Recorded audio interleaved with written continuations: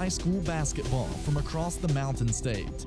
Live from Marshall University, here's your host, Ryan Epling. My, oh my, a lot of things to talk about in high school basketball in West Virginia over the course of the past week. Ryan Epling alongside Bill Cornwell. Joe Linville, happy to have you along on this basketball Friday night in West Virginia. Full night of games. The weather has held up pretty well throughout the state. That's still not a concern. There is some fog in our region around Huntington, and a little bit of a foggy commute in today, but I know that a lot of people will be affected by that. If you're on your way home from a game, be careful. Looked like a night in Transylvania. It did have kind of an eerie and ominous look to it. But there is so much to talk about, guys. So much happened in the course of the past week. Some of it good, some of it bad. I've got 5 pages of notes over here. No, I'm just kidding. Well, we're going to start on page 3, subsection 2. B. Sorry about it. Anyway, but, again, we'll get you all the scores in just a minute. But to kind of give you an overview of some of the things we're going to talk about, the proposed sectional and regional alignments for the 4-class system have come out. They're open for a public comment period. That also unveils who elected to play up a class. That's a big storyline. Even though that doesn't go into effect until next season, it's not too early to at least kind of, dabble in it and look ahead with it. Also, you had Morgantown, fresh off that win last week in the Mohawk Bowl basketball edition over University. They turn around and lose at home to Martinsburg. So how good's Martinsburg? They're in a tight matchup with Hedgesville right now. We also learned a whole lot more about the incident at Wyoming East between Westside and Wyoming East, and that took a very negative turn. And it's just one of those things that we can't necessarily avoid talking about it because it is something that has made national news. Also, did you know that the East coach in the McDonald's All-American girls basketball game this year is from West Virginia? Yeah, I saw that. So, I mean, this has been an incredible little run for the Mountain State in terms of high school basketball churning out a lot of news. And there was a game canceled earlier in the week because of a shattered backboard from a JV game. And how ironic is that? Because we just talked about something like that, and I don't think that had happened recently, at least not in the Huntington-Charleston area, and it certainly did earlier this week. We had a game that was postponed tonight because there's no heat in one of the gyms. Yes. And it's been... Just bring in a big crowd. That'll heat the gym up. True. I bet, you don't think about that sometimes, but, if you get people there, of course, 2 weeks ago it was 60-some degrees, and you didn't want big crowds because it usually... It's too hot. Yeah, it would be like a sauna. Well, how many times did you see floors were slick on that day, and it really kind of... sets into mind why this sport is played in this time of year. We actually saw that adjacent to the Huntington area over at Ashland, Kentucky, where Ashland and Boyd County, big rivalry game. The game actually took 2 days to play because they had so much perspiration on the court at James A. Anderson Gym at Ashland Paul Blazer that I think it was the third, maybe fourth quarter, they said, we can't do this anymore. We're going to come back, finish this tomorrow. They finished the game on a Sunday. Wow. Mercy. So, like I said, so many things to talk about, and that's just scratching the surface. We haven't even got into what's happening tonight. No, exactly. So with that, let's take our first look at our basketballnight.com scoreboard. Bill, that lead off for us. All right, let's get the boys and get them going here on this Basketball Friday night. First off, we're Red Riders got a win tonight over Indian Creek, Ohio. Final score there, 58-44. We're with the victory. Nicholas County fell to Braxton County, 57-49. It was Elkins beating East Fairmont, 53-47. Big Ten action there. Shady Spring beat Independence. Final there, 78-63 for Shady Spring. Martinsburg, halftime score beating Hedgesville, but this is a good one, 49-42. First quarter score in the first quarter, Pocahontas County up a point over Midland Trail, 15-14. Wheeling Park loses to Morgantown tonight, 59-45. It was Musselman beating Spring Mills, 58-50. Braxton County takes care of Nicholas County, 57-48. Also tonight, Ripley gets a win over the Nitro Wildcats, 60-56. First quarter score. Roberts actually... I'm just getting a final on that. Yeah, One second here, Bill. I'm currently editing. There you go. 57-46. Robert C. Byrd gets the win over Buchanan Upshur. Wayne falls to Scott this evening, 97-58. Oak Hill takes care of, or actually at halftime, Oak Hill's beating West Side 36-23. Herbert Hoover falls to Winfield 53-45. Greenbrier West over South Harrison 66-44. Clay Battelle beats Buffalo 76-67. It was Payton City falling to Harmon 68-40. Joe, you have the girls' scores. All right, we've got several games on tap tonight. It was Richwood over Montcalm tonight, 41-38. Wheeling Central, the #1 team in AAA, goes down to Charleston Catholic, 54-47. Clay County, the Lady Panthers fall to Gilmer County tonight, 72-41. That score is a final. Petersburg, the Lady Vikings over Philip Barber, 68-53. Cabell Midland falls to Woodrow Wilson. #2 in Class AAA goes down. They are now 13-1 on the season with the loss. Woodrow with the win, 58-51. This score at the half. Greenbrier East leads Parkersburg South, 27-22. Huntington, the Lady Highlanders knock off Wheeling Park, 64-55. South Garrett, Maryland over Kaiser, 48-28. It was the Capital Cougars falling to South Charleston tonight, 48-41. And Morgantown, the Lady Mohegans fall to the Lady Hawks across town at University High, 59-48. One game canceled tonight. The Grafton-Frankfort game was postponed due to the flu at Grafton High School. And that's a look at your basketballfridaynight.com scoreboard. Thanks so much, Joe. And the flu has been an issue through obviously multiple parts of the state now. And Bill mentioned just a moment ago, Ashland, Boyd County, Kentucky, they're right on the border of Huntington. Many schools in eastern Kentucky were closed the past 3 and 4 days even for the flu. So it's definitely running wild and obviously a little bit of a problem up at Grafton. I mean, it's, if it must be as widespread at Grafton, I mean, you don't want to get people around the school where there might be germs floating around. Right. You know, nothing against the janitorial staff, but if you've got that risk, don't mess with it. And there's still you can reschedule games. Absolutely. And you mentioned the Spring Valley's game at home postponed. Heating problem. I guess the heat was out. So Wayne County has 3 high school gyms, and we've got one without heat, one that's had a leak now for 2 months. And I haven't been to Rebel Arena. I don't know if there's anything going on down there, but I think Rick Moran's probably taking care of business down there. It if you had to, but nonetheless, I mean, and it's not that anybody's failing to do their jobs. That's not all I'm saying. I'm just saying it's interesting that 2 out of 3 county schools are struggling to have games in their gyms because of weather and maintenance issues. So hopefully we get it all squared away. None of that's easy to take care of. I work in an environment where it's like 60 degrees cold. And so it's very miserable. They not pay the heating bill? Or? Well, it's like it's either 60 or 80. Like there's nothing in between. But as you mentioned, a lot of basketball tonight. I just want to give a quick shout out to Zaya Rhodes, Lady Mingo Central minor. She broke the 1,000-point mark. I had the call of that game Monday night. And then on Tuesday night, High's Caleb Blevins broke a school record, hit 10 3-point shots. 5 of those were the first 15 points of the ball game. So he was hot. He kind of went cold there in the second and the third, but then late third quarter broke the school record. It was set less than a year ago by Zach Cook, who with 8.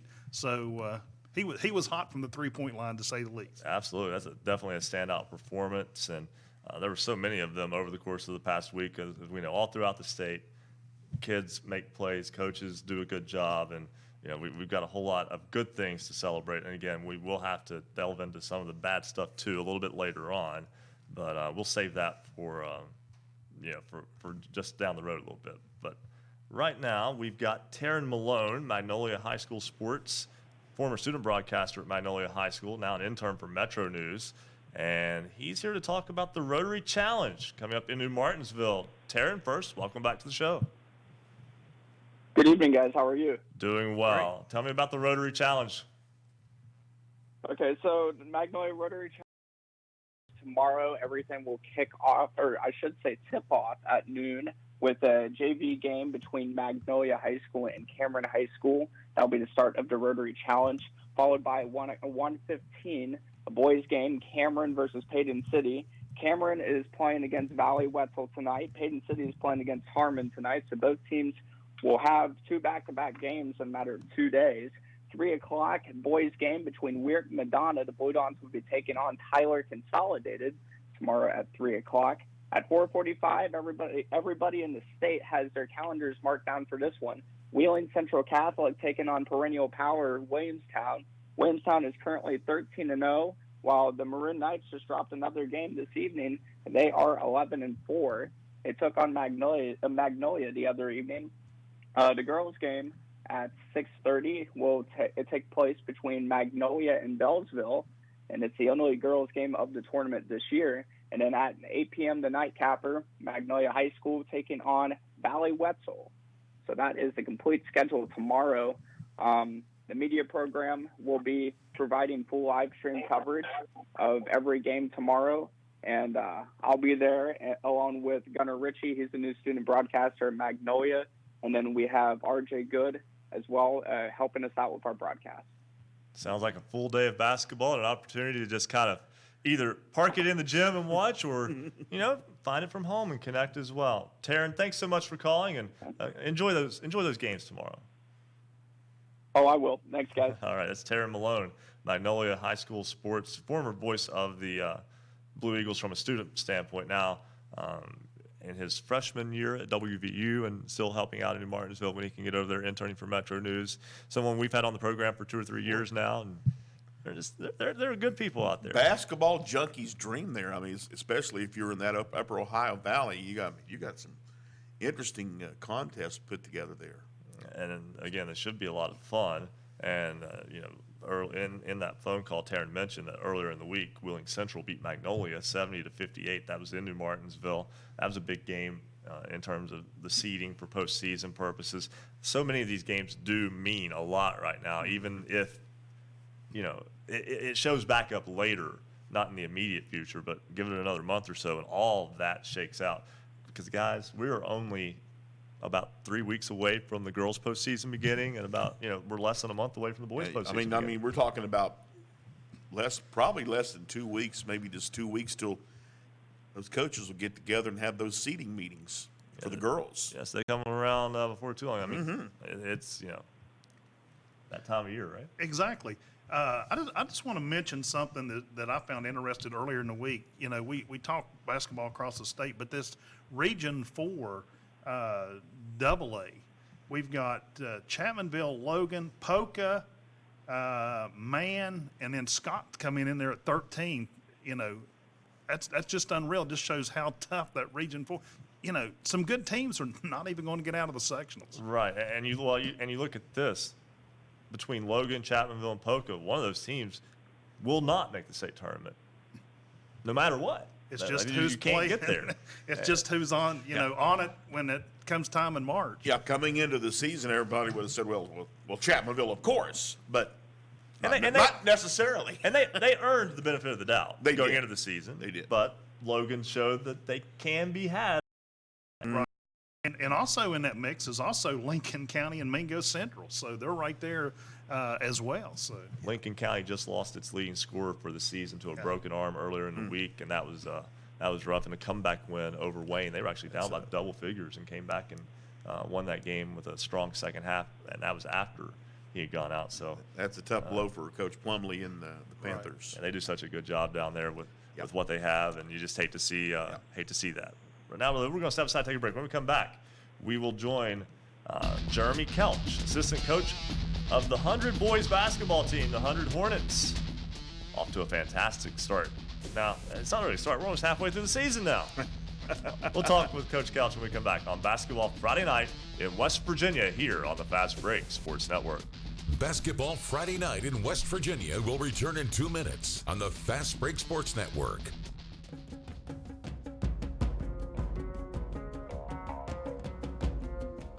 for scores online, all of them in West Virginia. Visit basketballnight.com. Careers in sports journalism are growing with the expansion of cable networks, the rise of sports-centered online platforms, and ever-popular local coverage. Get in the game. Your passion, curiosity, charisma, and a Marshall University sports journalism degree will equip you with a combination for success. You'll be the eyes, ears, and life of the game when you learn the art of sports storytelling while covering the Thundering Herd on our Huntington campus. Go behind players' stats and game scores. Learn to report compelling stories. Become proficient in breaking news across multiple media platforms. Find out how sports and media impact our society. Marshall University's W. Page Pitt School of Journalism and Mass Communications is ready and eager to help you start your sports journalism career. Learn more at marshall.edu/SOJMC. Welcome to Basketball Friday Night in West Virginia. Thanks for joining us, and thanks for sending us all the information on your. Follow us on Twitter. Be a part of the Basketball Friday Night in West Virginia family. We'll mention you tonight, too. At @Hoops_Roundup, at @Hoops_Roundup. Joining us tonight, we welcome Brent Smith, Stephanie Brown, Jackie Stemple, Madeline Anthony Daniels, WV, Max Kellerman, Micah Knock, Carter Williams, and Caleb Blevins. They've all joined the Basketball Friday Night in West Virginia family at @Hoops_Roundup, at @Hoops_Roundup. This is Basketball Friday Night in West Virginia.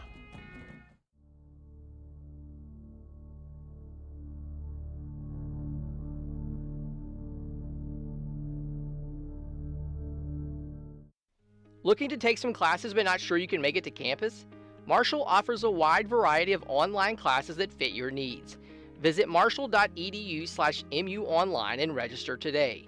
Marshall offers more than 200 online courses, and undergraduate and graduate majors offered exclusively online. Are you waiting for the perfect time to get your degree? Now's the time. Visit marshall.edu/MU online, where you'll find that Marshall is the right fit for you.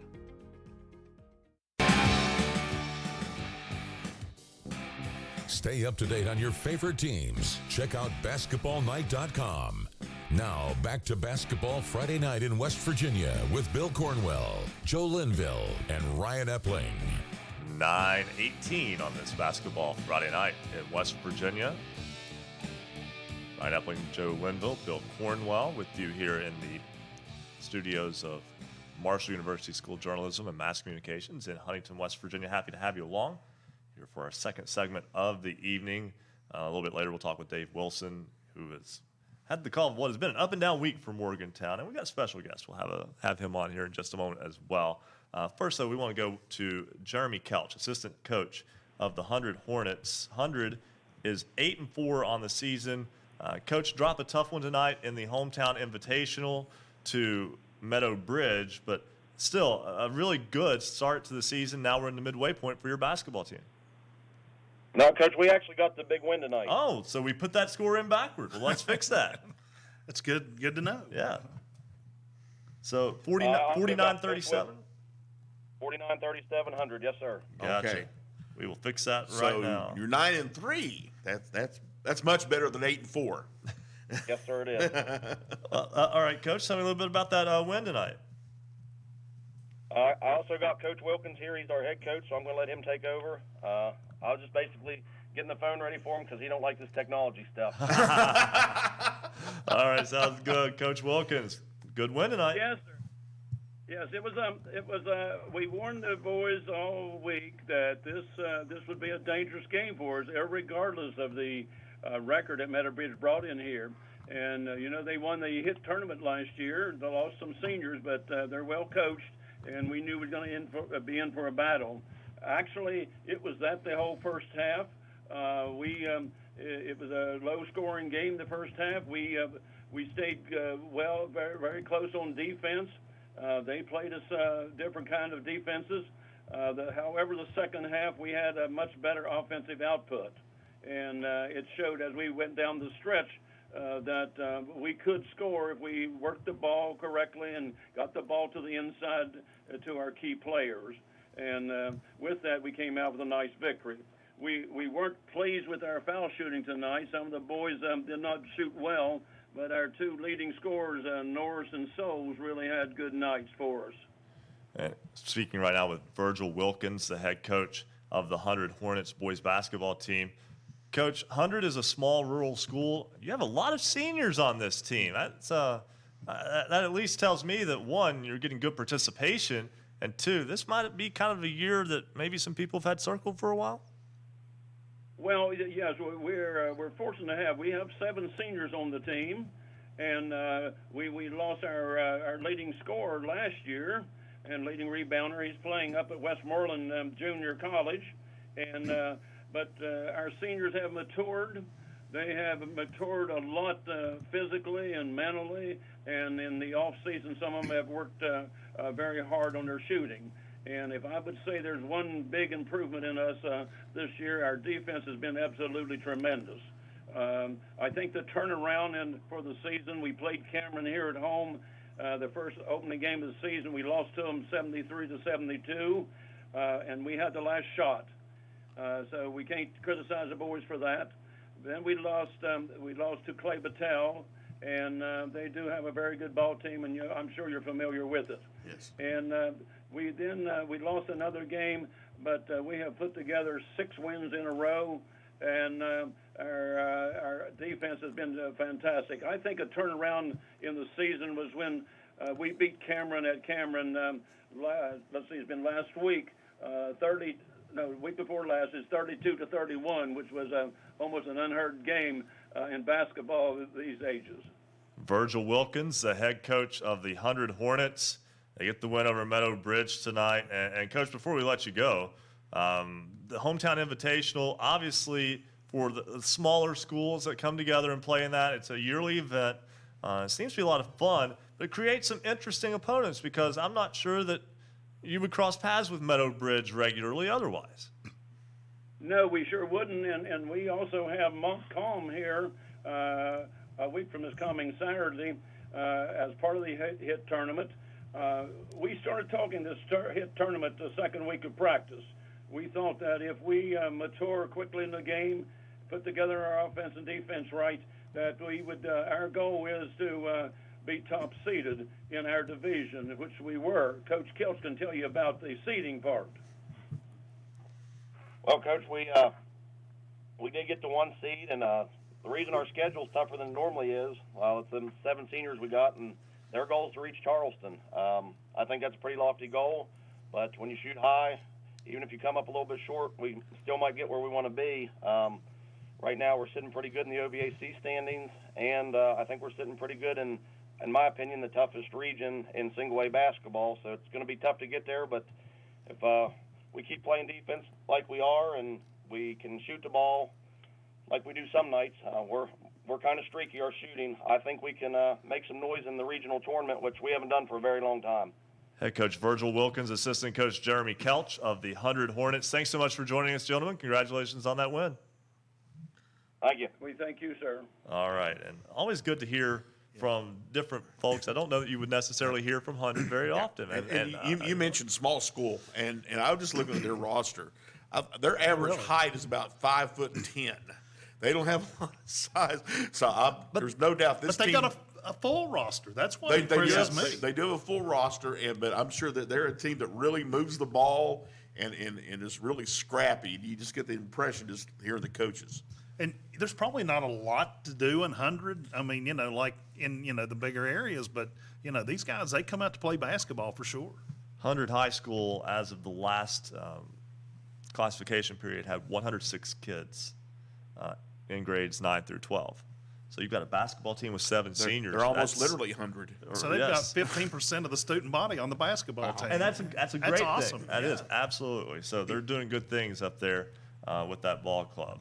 And we'll talk with Matt Miller and Dave Wilson in just a minute. But first, I want to talk with our good buddy, Jimmy Morgan Jr. Yes, sir. Huntington High scoreboard operator, and that's like the least of the many things that he has his hands involved in.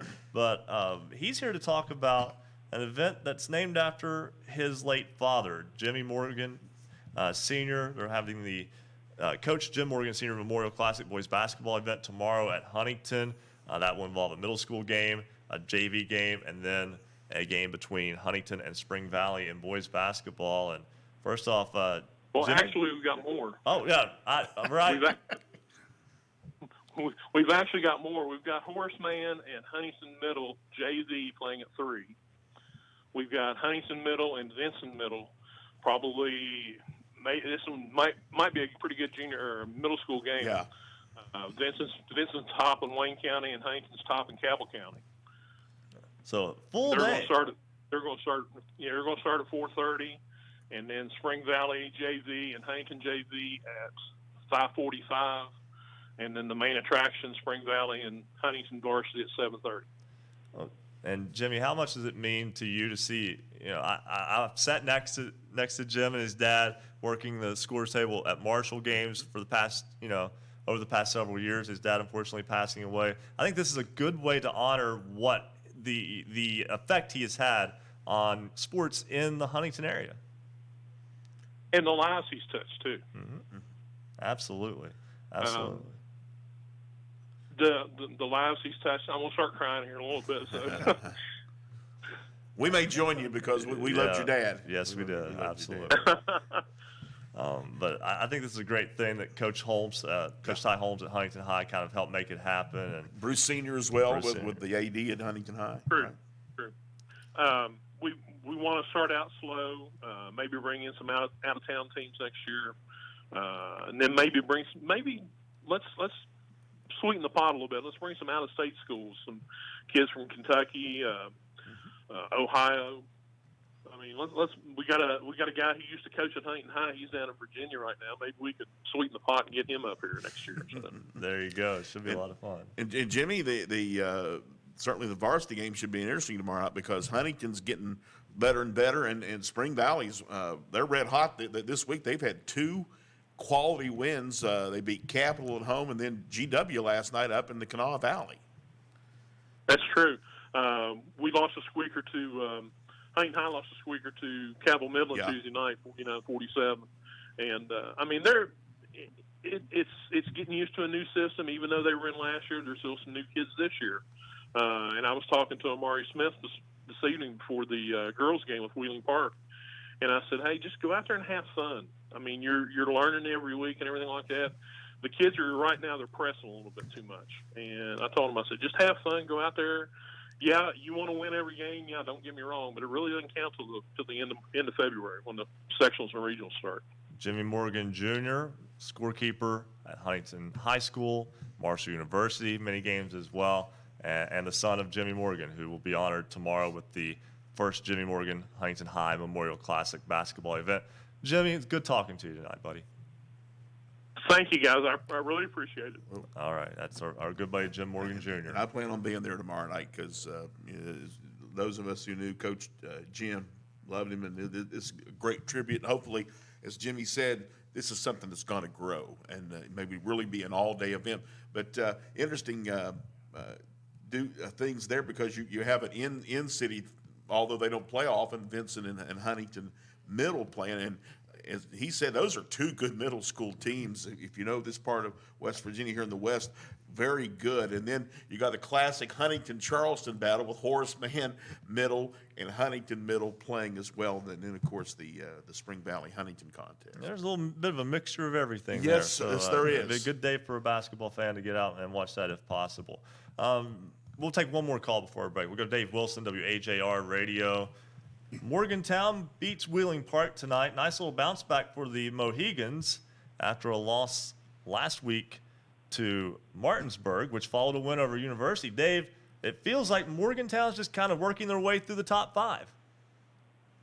Well, this is a Morgantown team, guys, that is still a relatively young team as far as experience-wise goes coming off last year. So they're still learning. Dave Tallman's still working on the rotation.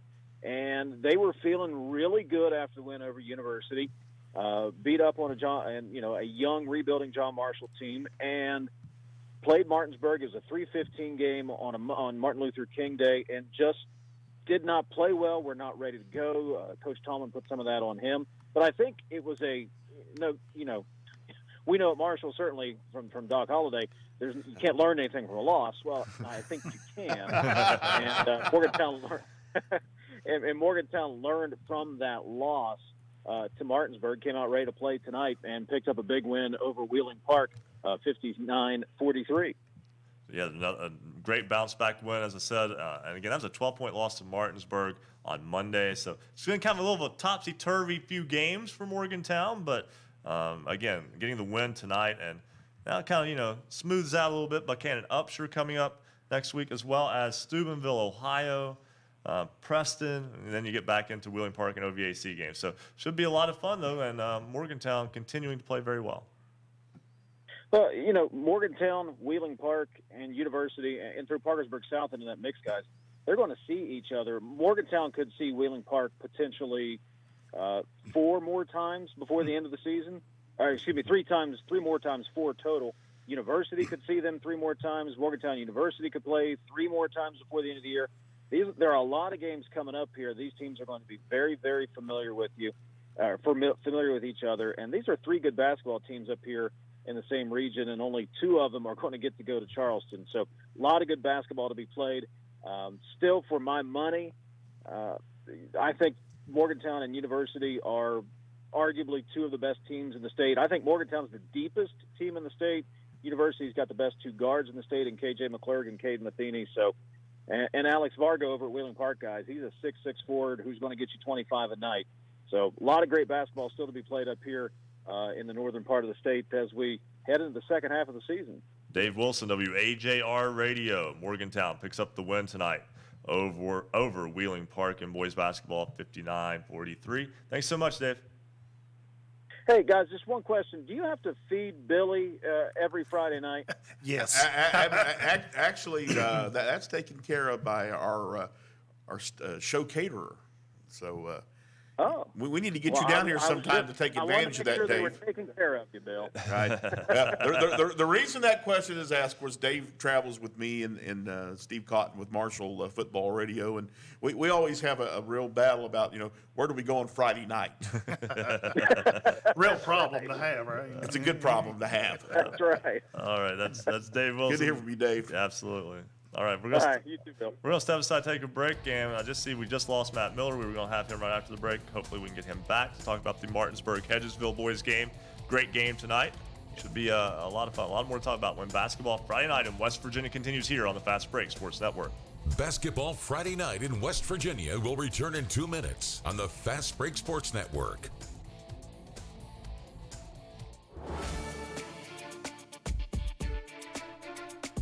If you love basketball, then there's only one place to be on Friday nights after the game. It's Basketball Friday night in West Virginia. And welcome to Basketball Friday night. Haley McClure, Greenbrier East Spartans, Brian Leap, Lincoln Cougars, Gage Huffman, Tyler Consolidated Knights, Rachel Bates, Valley Wetzel Lumberjills, and Obina Killen, Chapmanville Tigers. Tonight, we've got a new Standout Athlete of the Week from the Musselman Lady Applemen. What they all have in common is they were selected by Basketball Friday night in West Virginia as the Standout Athlete of the Week. Have someone remarkable on your team? Did you have an athlete make an outstanding play? You can nominate your team's players to become the Basketball Friday night Standout Athlete of the Week. Each week, we consider nominees based on leadership, performance on the court, academic performance, involvement in the community, and volunteer work. Every Friday night, we select a Standout Athlete of the Week. Head over to our website, basketballnight.com. Click on the Standout Athlete of the Week tab. Fill out the nomination form. We'll take it from there. We want you to nominate your team's athletes. Check it out at basketballnight.com. Also, don't forget to follow us on Twitter. We appreciate everybody that's joined us this week, including Rhonda K. Oney, Susie Simpkins, JSC, Tom Gibbons, Angie Keener, Gina Taylor, and Janaya Fargo and Willis Graham. They're all part of the Basketball Friday Night in West Virginia family. Join us tonight on the phone, 855-784-6677.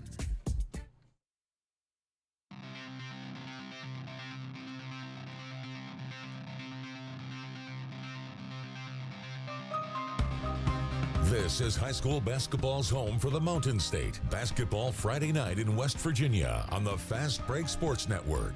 Now, back to your hosts, Bill Cornwell, Joe Linville, and Ryan Epling. 9:35 on this Basketball Friday Night in West Virginia. Ryan Epling alongside Bill Cornwell, Joe Linville. Happy to have you with us here on this Friday, January 24th, 2020. One more January show to go, episode 95. Wow. And this is overall, this is our 7th season and our 7th show of the 7th season. We're right at the halfway mark, as Dave said. A little over a month from now, I mean, we're going to have the 100th show. We'll have a big party. Have a real blowout. We'll figure out something. We'll have a good time. That's coming up in about a month, so we're looking forward to that. But you know who's had a great week is just Martinsburg High School basketball. Yes. Boys team beat Spring Mills a week ago. That's a regional rival there and a sectional rival in fact also. They go to Morgantown on Monday, pick up a double-digit win, and then tonight the Bulldogs pick up a very big win, 22 points from Teddy Marshall as Martinsburg beats sectional rival Hedgesville, 71-61. Matt Miller, WRNR in Martinsburg, joins us now, and Matt, the Bulldogs playing good basketball right now, and big effort tonight from Teddy Marshall. Yeah, and Martinsburg certainly needed that big effort because their leading scorer, Telrin Villa, who came into the game averaging almost 22 a game, had 2 fouls very quickly in quarter number 1. Didn't even get to play much of that first half, and then quickly picked up his third right at the end of the first half as Coach Rogers put him back in for just a couple of minutes. So he didn't play much into that third and into the fourth quarter before finally getting back out there, finished with 5 points and 4 fouls. So the Bulldogs really needed Teddy Marshall to step up, and he did. And the biggest part of what Teddy did was knock down free throws. Martinsburg had shot only 3 foul shots through the first 3 quarters, but Hedgesville put him at the line late in this ball game, and Martinsburg had to try to preserve the win, and they did. They went 12 for 14 from the line in the fourth quarter to go ahead and pull out the 71-61 victory.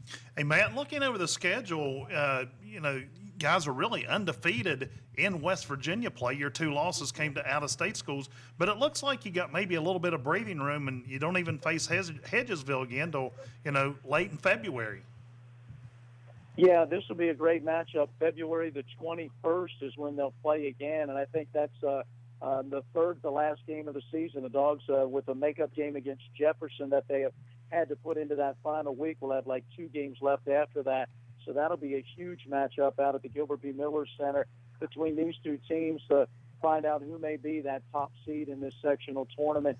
Hedgesville really had a solid game. Martinsburg went on a nice 10-0 run in the first quarter to help open up an 8-point lead after 1. Hedgesville had a 12-4 run to get it right back to within 2, down by 3 at the half. We were tied 3 times in the third quarter before the Bulldogs opened up a 7-point lead at 49-42 going into the fourth. And then down the stretch, Hedgesville got it as close as 4 points at 58-54, down to 3 points at 60-57. But again, Martinsburg hit their foul shots, and Javen Wilmer was incredible for Hedgesville. He finished with 21, while Evan Hosby had 2 more points than him at 23. Wilmer hit a pair of deep threes late in this ball game that kept the Eagles in it.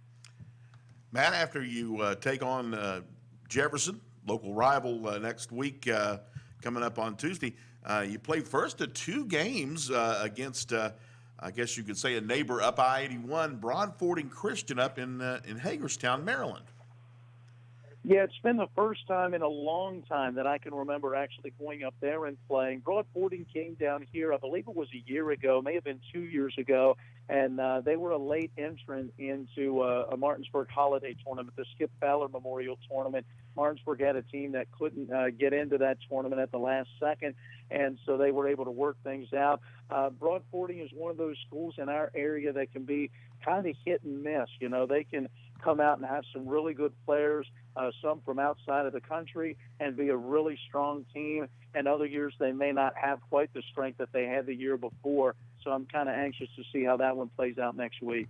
Martinsburg gets the win tonight by 10 over Hedgesville. They hold serve at home and right now have control of that sectional as it comes down to seeding purposes, which will come up toward later on in the season. Matt Miller, WRNR in Martinsburg. Thanks so much for joining us tonight.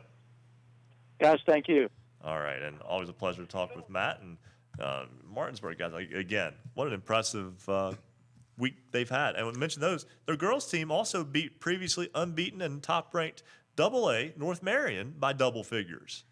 Yeah, what a week. Well, I mean, the athletic programs at Martinsburg are just so well-rounded. They call it this week. And they just, it don't matter.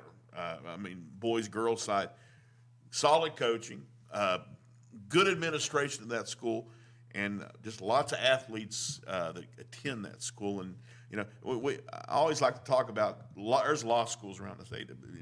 They're just athletes go walking the hallways, boys and girls. Sometimes a lot of them don't even come out for teams, but they're there. And obviously the ones at Martinsburg, they do come out, and boy, do they perform. Well, that part of the state's just busting at the seams. Busting at the seams. Yeah, it's and I believe I just saw where there's going to be another factory that goes in there. Yeah, in that area. Clorox, I think. Clorox, yeah, and that's good. I mean, that's good jobs, and that helps. Need to send some of those to southern West Virginia. I was going to say, I hope the bleach smell isn't too bad. And then there's that, yeah. So, but still, I mean, we would love to see other parts get it too, but I'd rather it be in West Virginia than be across the border or anywhere else. So that's obviously a good thing as well. Let's step aside right now. We're going to take a break here. And when we come back, we're going to kind of regather. And we have a guest who's about to take the national stage at the end of this season. We'll explain when we come back on Basketball Friday Night in West Virginia. This is break number 3 along the Fast Break Sports Network. Basketball Friday Night in West Virginia will return in 2 minutes on the Fast Break Sports Network.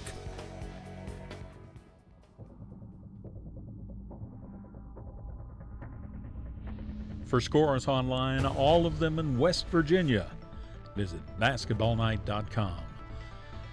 Big thank you to all of our radio affiliates around the Mountain State. Go to basketballnight.com, go to our affiliates page, and you'll find a radio station near you that carries Basketball Friday Night in West Virginia.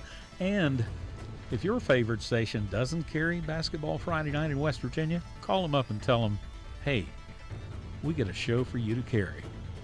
We want to thank 104.1 FM WVXS in Romney. Also, we want to thank 92.5 FM WZAC Madison, Danville, Charleston, 105.5 FM WKQV Cowan, and heard in Braxton County on 106.9 FM, 91.5 FM WRSG in Middleburn, 102.3 FM WMTD in Hinton, 740 AM, 106.5 FM WRNR in Martinsburg, 1360 AM, 97.1 FM WHJC, Matewan, Williamson, Belfry, 1600 AM, 98.1 FM WKKX Wheeling, 1370 AM, 97.7 FM WVLY Moundsville, and we're on 101.1 FM WVWVLP in Wayne, West Virginia. We want to thank all of our radio stations carrying us, and we'll give you the rest of the list at the top of the hour. We also want to thank all the folks joining us on Twitter, many of them this week and also tonight. Join us. We'll mention your name, including Gina Taylor, Willis Graham, Ryan Groves, and Darius Miles.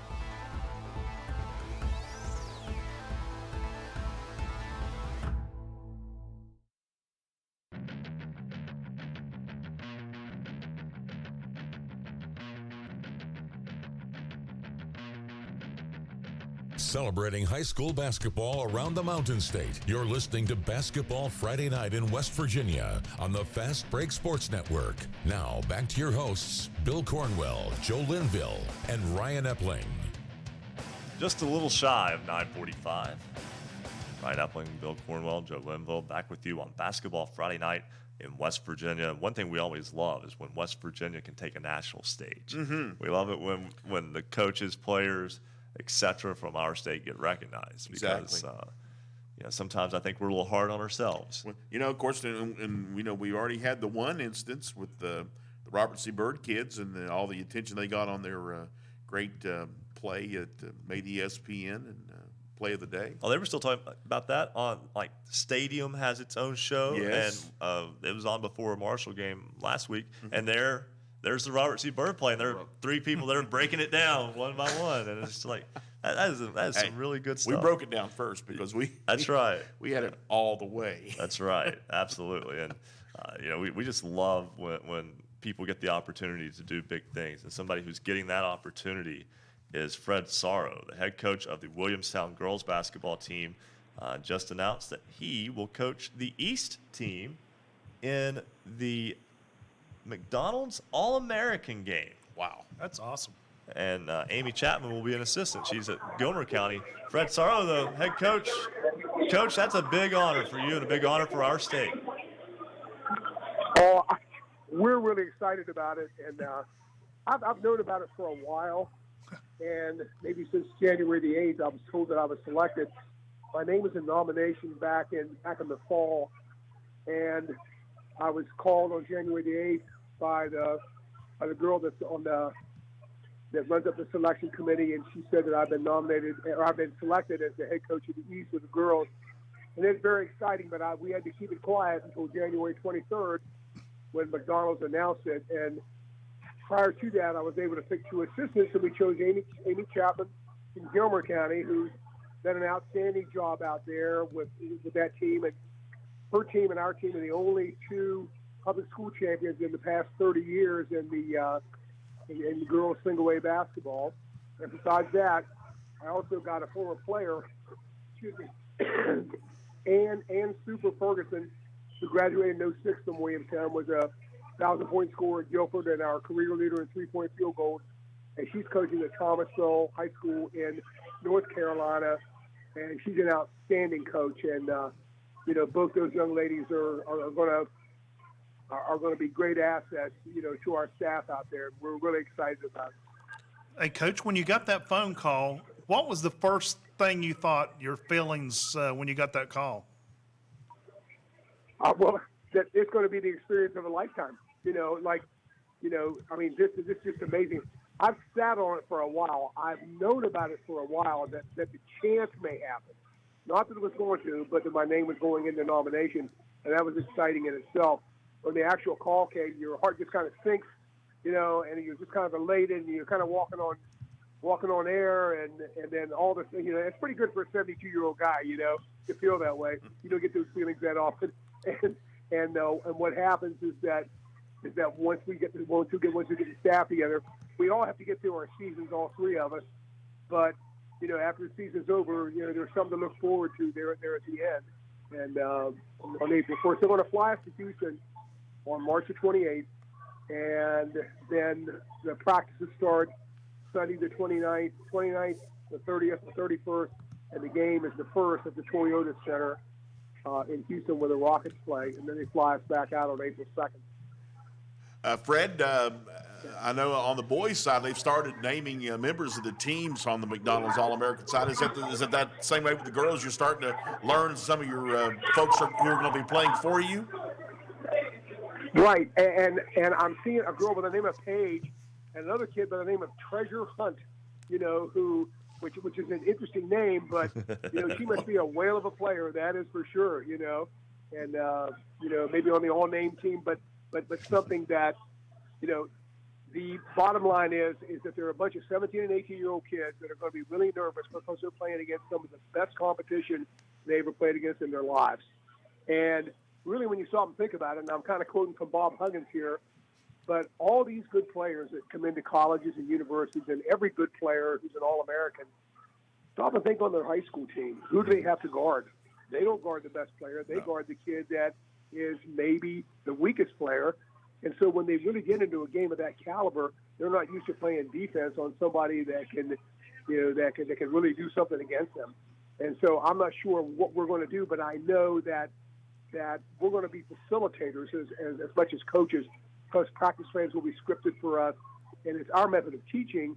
But when there's 100 to 200 NBA, WNBA scouts in the stands, plus college coaches, there are certain things they want to see, and we have to make sure that happens.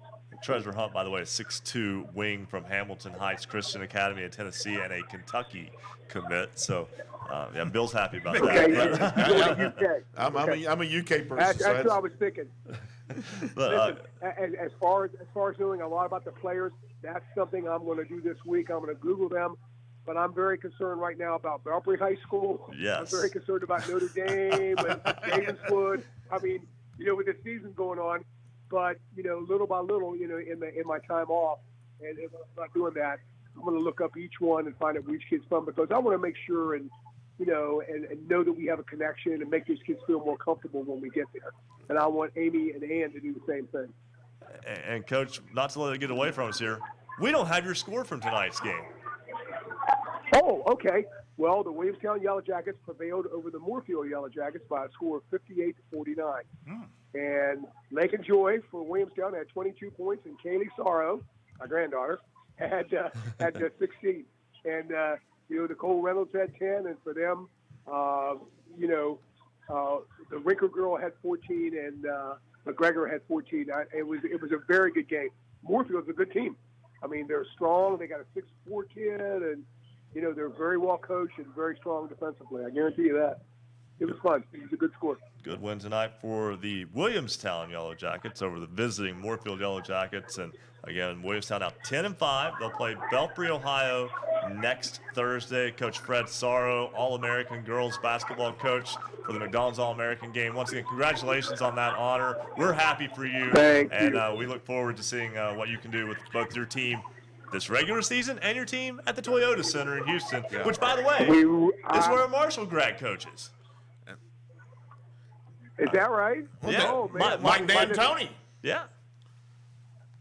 Oh, wow. From Mullins, West Virginia, small little world. No, that's right. Mike D'Antoni's out there. So I think I'll look him up. You need to. Hey. I know Danny. Yeah. I've known him for a while. There you go. So that's good. You just mentioned West Virginia. Right. They'll come say hi. Coach Fred Sorrow. Right, Thanks. for sure. Thanks so much, Coach. Thank you.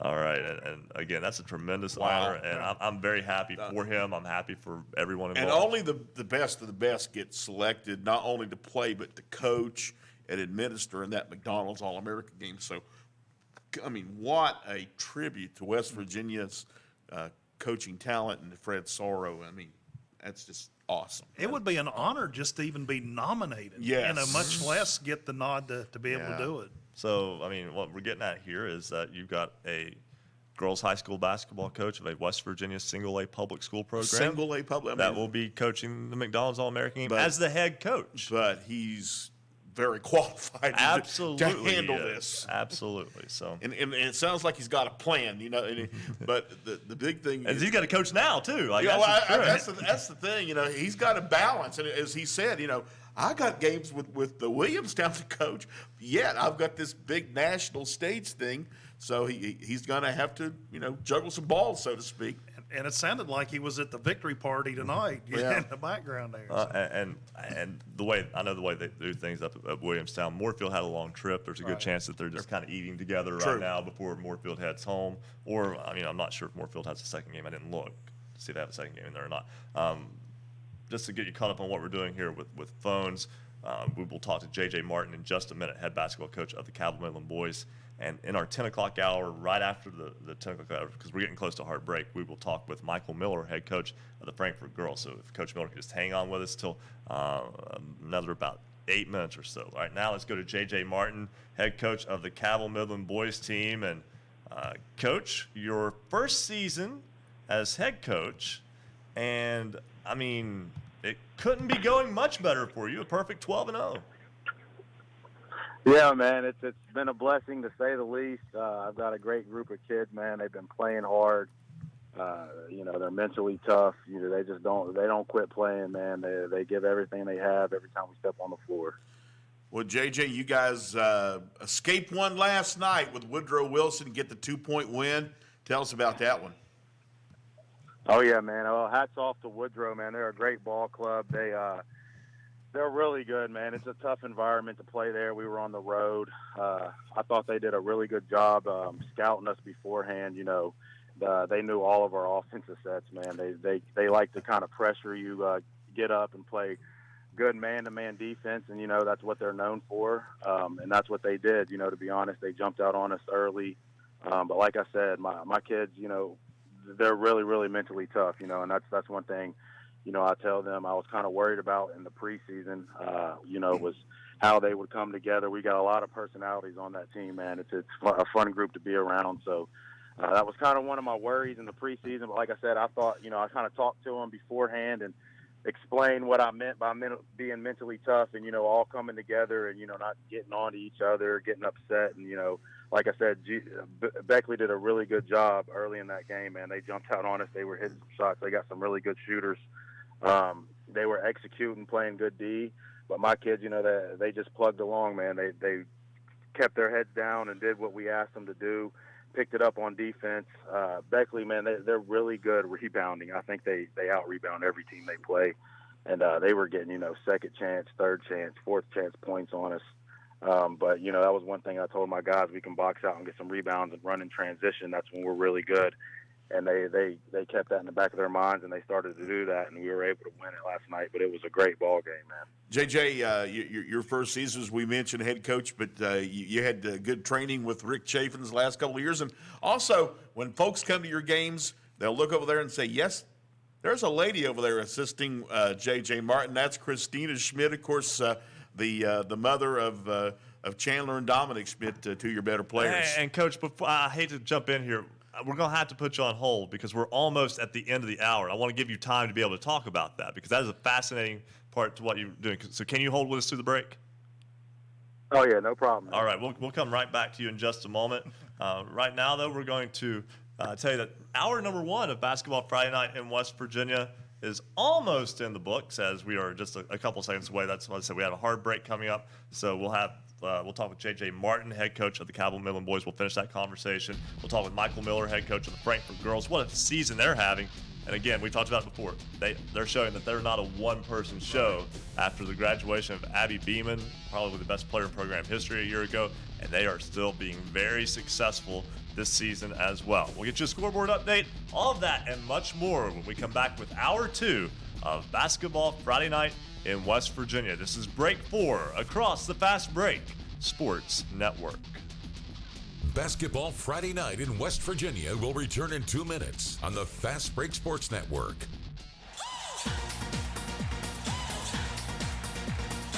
If you love basketball, then there's only one place to be on Friday nights after the game. It's Basketball Friday Night in West Virginia. Streaming video live from the studios at Marshall University. Visit basketballnight.com for video, audio, and the Basketball Friday Night scoreboard. Big thank you to all of our radio stations carrying Basketball Friday Night throughout the Mountain State, including 1600 AM, 98.1 FM, WKKX Wheeling, 1370 AM, 97.7 FM, WVLY Moundsville, 101.1 FM, WVWPLP Wayne, 92.3 FM, WIRC in Spencer, 103.7 FM, WQWV in Fisher, 92.5 FM, WTHM LP, Ravenswood, Ripley, 106.7 FM, WHFI Linside, 93.9 FM, WRRR St. Mary's, 104.5 FM, WASPLP Huntington, 1290 AM, 101.9 FM, WVOW in Logan, 101.7 FM, WYAPLP Clay, 98.5 FM, 101.5 FM, WQAZ Edmond, Beckley, 90.7 FM, WFGH Fort Gay, 950 AM, WBES in Charleston, and 88.1 FM, WMUL in Huntington. We're going to tell you in the next break all the places you can watch our high-definition video stream. Of course, you could go to basketballnight.com. All it takes is one click to watch. And thank you for sending us all these great pics. Send them to us on our Facebook page, by Twitter, @hoops_roundup, @hoops_roundup.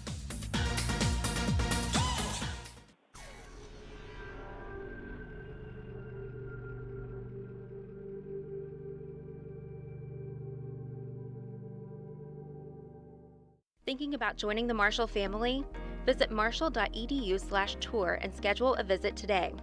You can join us at one of our green and white days and see what being a son or daughter of Marshall means.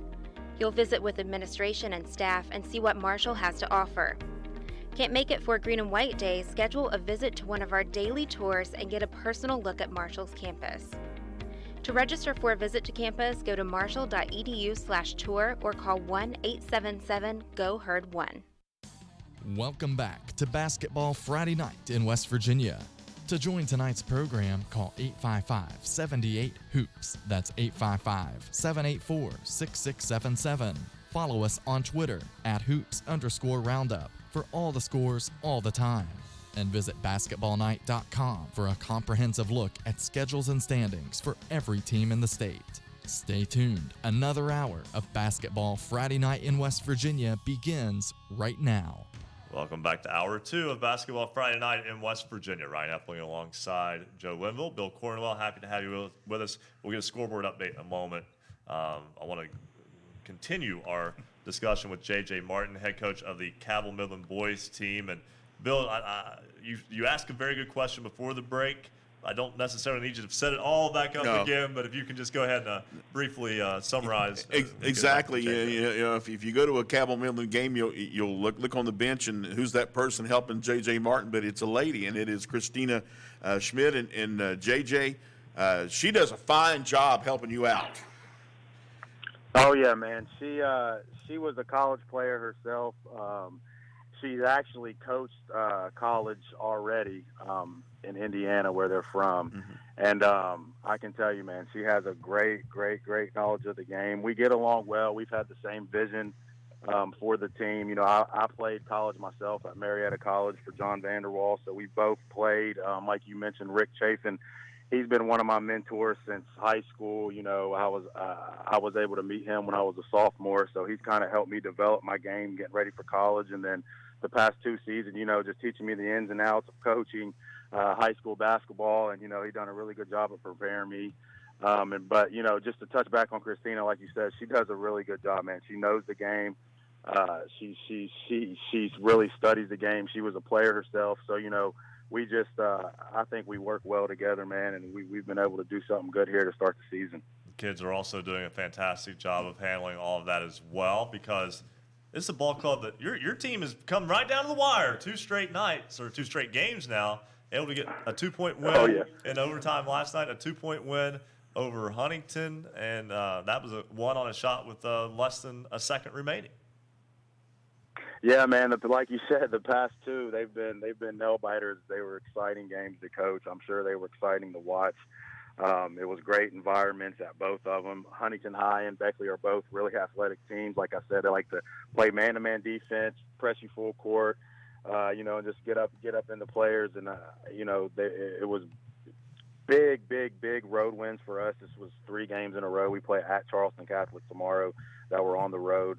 So, you know, I'm really proud of our guys, man. They just hung in there. They never gave up. Like I said, really tough environments, good teams on both ends, and they were just able to get it done. So it's been exciting, to say the least. Cabell Midland Knights, ranked number 1 in Class AAA in boys basketball, currently undefeated at 12-0. First-year head coach J.J. Martin, thanks so much for joining us tonight.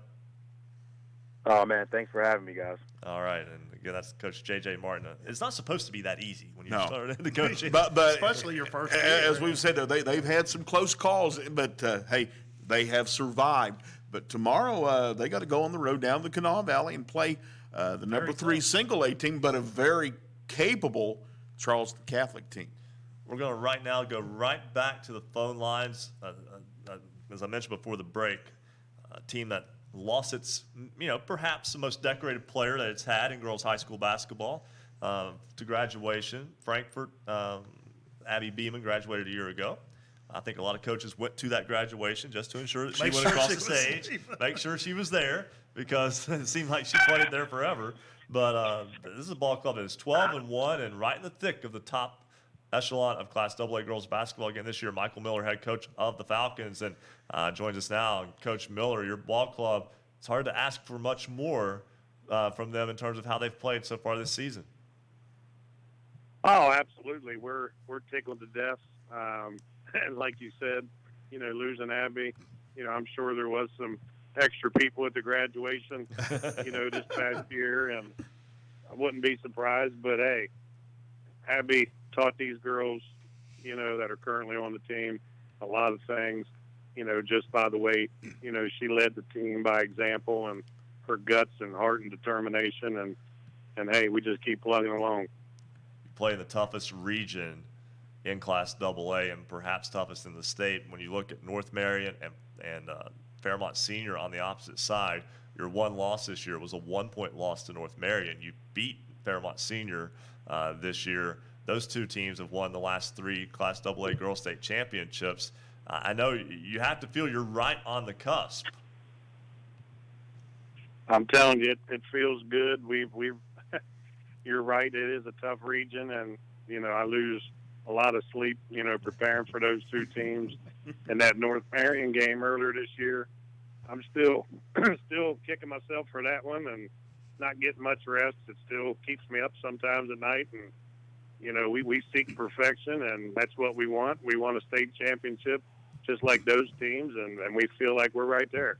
Coach, you sound like you're your own worst enemy, but I say this all the time. Sometimes a loss is good. It kind of refocuses your team. That things can happen and turn things around and run out the rest of the season. Yeah, I mean it. When it comes to losing, it's what you're in this to win, of course. But yeah, it's a loss sometimes. Gains your perspective a little bit. It makes you focus a little bit more. There was a lot of adversity in that game against North Marion. I mean, it went back and forth. Probably one of the best games I've ever been a part of. And, just to lose the way we did, it hurt and stung a little bit. But the girls know that now they can play, with the best without Abby, and play against the best teams in West Virginia. They're poised. They don't like to lose. They're ready. This is what they want. They want a team, victory with a state championship, and that's what they're focused on. And I don't think they're going to settle for anything less. Coach, I'm sure your girls probably disappointed you weren't able to play tonight, but with a little illness problem at Grafton, probably situation better safe than sorry. Yeah, we didn't want to go down and end up getting our whole team sick, so it was probably a good decision.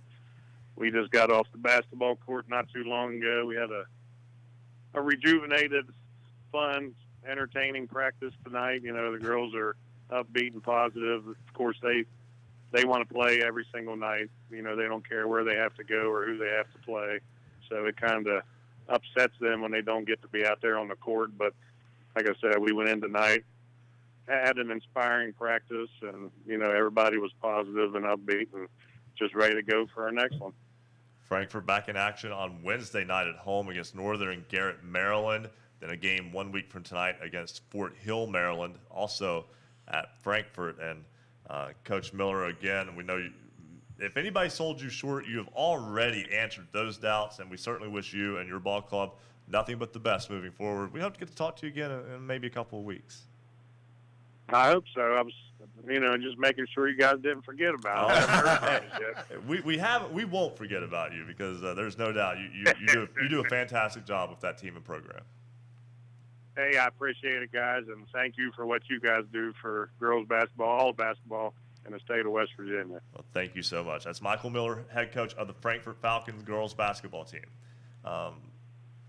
Again, what a job. He's built a program instead of building around one player or one group for one season. That's why they're 12-1, and they don't have their star from the past years, and they're just still getting it done. He did use an interesting term, but we had an entertaining practice. Yeah, I thought the same thing. You just kind of wondered what was going on in the gym. And guys, we will get to Scott Sorrow, head coach of the unbeaten Williamstown boys basketball team, in just a moment, but we need to get you a scoreboard. We're running a little bit behind there, so let's get another check of the basketballnight.com scoreboard. Looking for scores? Look no more. Visit basketballnight.com. This time we'll let Joe have the boys' scores. All these scores are finals. We're over Indian Creek, Ohio tonight, 58-44. Nicholas County falls to Braxton County, 57-49. Elkins winners tonight over East Fairmont, 53-47. Shady Springs, the Tigers, 12-0 with a win tonight over Independence, 78-63. Jefferson winners over the Washington Patriots over in the Panhandle, 70-63. It was Hedgesville falling to Martinsburg tonight, 71-61. Teddy Marshall led the Bulldogs with 22 points, and Evan Hornsby scored 23 points for Hedgesville. Pocahontas County, the Warriors winners tonight over Midland Trail, 47-44. Wheeling Park falls to Morgantown, 59-45. Spring Mills drops one to Musselman, 58-50. It was Braxton County, the Eagles over Nicholas County, 57-49. Pendleton County winners tonight over Petersburg, 62-29. Bridgeport pick up a win over Philip Barber, 64-35. Bluefield winners tonight. They go to 9-3 on the season with the win over Pikeview, 88-55. Ripley picks up a win tonight over Nitro, 60-56. Buchanan Upshur falls to Robert C. Byrd as the Flying Eagles go to 9-2 on the season, 57-46. John Hamilton scored 43 points for the Scott Skyhawks in their win tonight over Wayne, 97-58. It was Polka over Sissonville in the Cardinal Conference, 55-31. Liberty Raleigh picks up a win over Summers County, 51-34. Webster County, 9-4 on the season with a win over Clay County, 78-69. In a tight one, Westside beats Oak Hill, 53-51. Winfield winners tonight over Herbert Hoover, 53-45. Wirt County over Tyler Consolidated, 63-40. Ritchie County winners tonight over the Cougars of East Hardy, 60-54. Greenbrier West, the Cavaliers, 10-0 on the season with a win over the South Harrison Hawks, 66-44. Clay Patel, the Seabees, winners over Buffalo, 76-67. Meadowbridge, the Wildcats, fall to the Hunter Hornets tonight, 49-37. And Harmon winners tonight over Payton City, 68-40. Bill, you have the girls' scores. I've got the girls' scores. Start off with Richwood tonight beating Montcalm 41-38. Charleston Catholic beats Wheeling Central. Interesting game there, 54-47 Charleston Catholic with the win.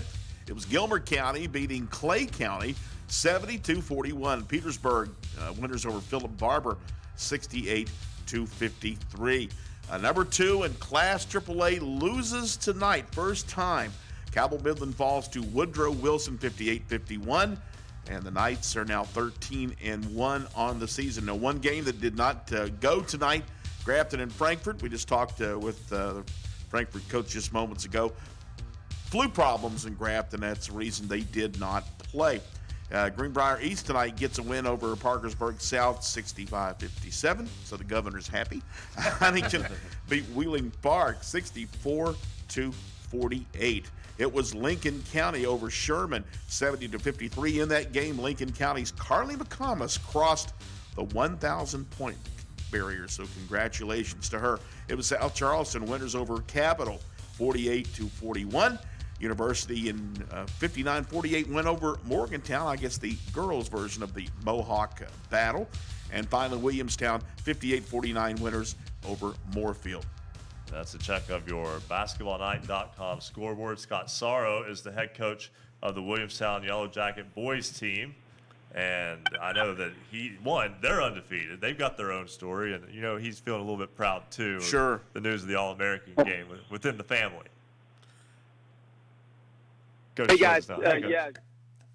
Hey, what's going on?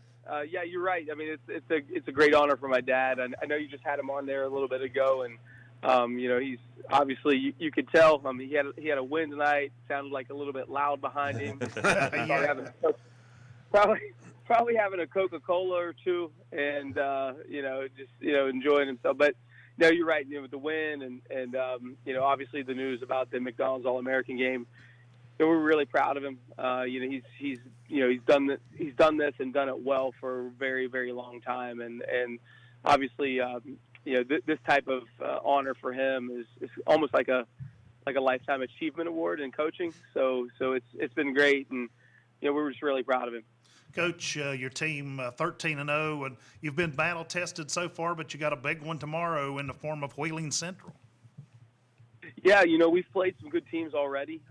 We've played Parkersburg Catholic a couple times. We played a pretty good St. Mary's team as well twice, and obviously in the LKC, we think it's one of the best small school conferences in the state. And so we've played some good teams there.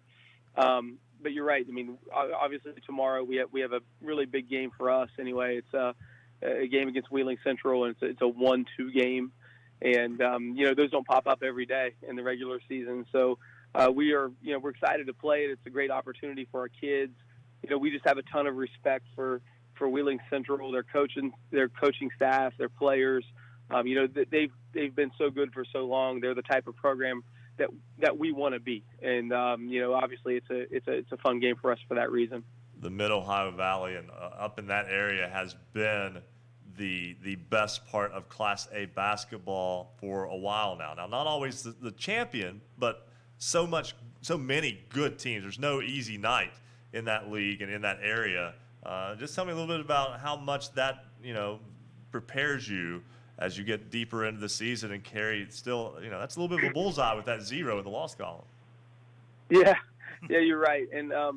Like we've told the guys, being ranked 1 doesn't really help you that much. I mean, it can put a little bit, like you said, it can make a little bit of a bullseye on your back, and you're now the hunted instead of the hunter. So that makes it tough. But you were talking about Mid-Ohio Valley basketball, and you're right. It's been really good here for a while. There's a ton of good coaches. You guys, I know you guys had Rob Shakula on last week, but you think about some of these teams around here, just in our league. I mean, Mick Price is up here.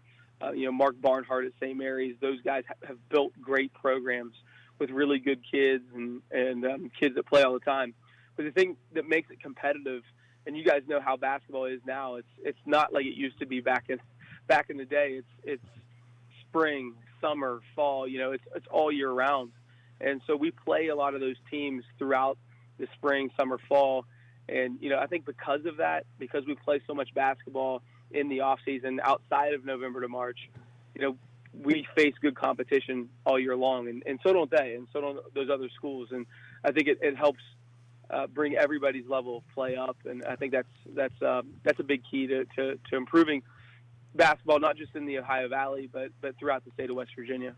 Scott, looking at your roster, you have I would call it a luxury that a lot of single A teams don't have. You got a little bit of size. You're kind of long. Got some strong kids, and I know you depend on them. Yeah, are you trying to tell me that basketball coaches like tall guys that can make shots? All right, yeah. So yeah, we do have a few big guys. We do. I mean, you're right. It is a luxury, and we've got 2 guards that are 6'4", 6'5". We've got a really good post player in Colton Luther, who's 6'6.5", and just a really good player. But if you watch him play, he's got guard skills.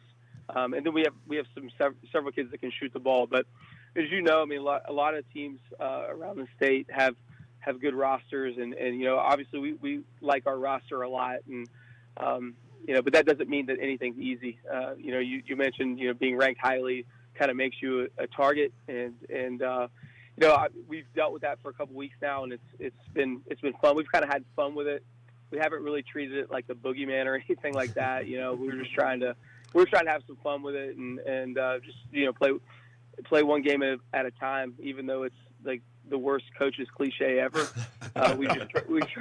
We try to do that, and it doesn't do us much good to focus on anything other than, for us, Wheeling Central tomorrow at 4:45. Scott Sorrow, head coach of the Williamstown boys basketball team. The Yellow Jackets undefeated. Picked up a 13-point win at Parkersburg Catholic last night. As you mentioned, 4:45 tomorrow at Magnolia High School. They'll take on Wheeling Central in the Magnolia Rotary Challenge. Coach Sorrow, again, thank you so much for calling. And again, I know you've got to be very proud of that honor for your dad to coach the girls' high school All-American game.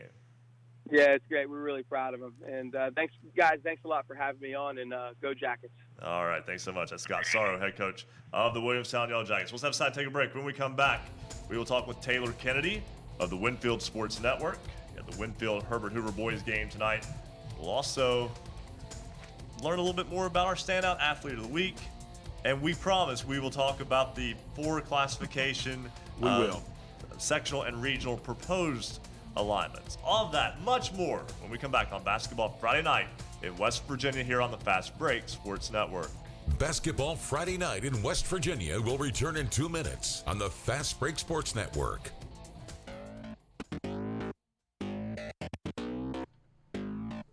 For scores online, all of them in West Virginia, visit basketballnight.com. Streaming video live from the studios at Marshall University, visit basketballnight.com for video, audio, and the Basketball Friday Night scoreboard. You can watch our live high-definition video stream many places, and we're going to tell you where you can find them all tonight. Of course, you can go to our website, basketballnight.com, and it just takes one click to watch. Of course, we're on great radio stations, too, throughout the Mountain State. Go to basketballnight.com, go to our affiliates page, and you'll find a station near you. And if you know a radio station that's not carrying Basketball Friday Night in West Virginia every Friday night, call them up and tell them they need to carry the show. On YouTube, go to basketballnight.com. Just click to watch. On Facebook Live, go to the Basketball Friday Night in West Virginia page. It's facebook.com/Hoops Roundup. Facebook.com/Hoops Roundup. And of course, we're on Periscope. That's Twitter.com/Hoops_Roundup. Twitter.com/Hoops_Roundup. We're also on cable in the Huntington area on Comcast Channel 25, Armstrong Digital Channel 204. And if you're watching, you see all kind of game pictures, team pictures, fan pictures. We want you to send them to us. Send them to us on Twitter at @Hoops_Roundup, @Hoops_Roundup. Send them to our Facebook page. You can also email them to scores@basketballnight.com. Scores@basketballnight.com. This is Basketball Friday Night in West Virginia.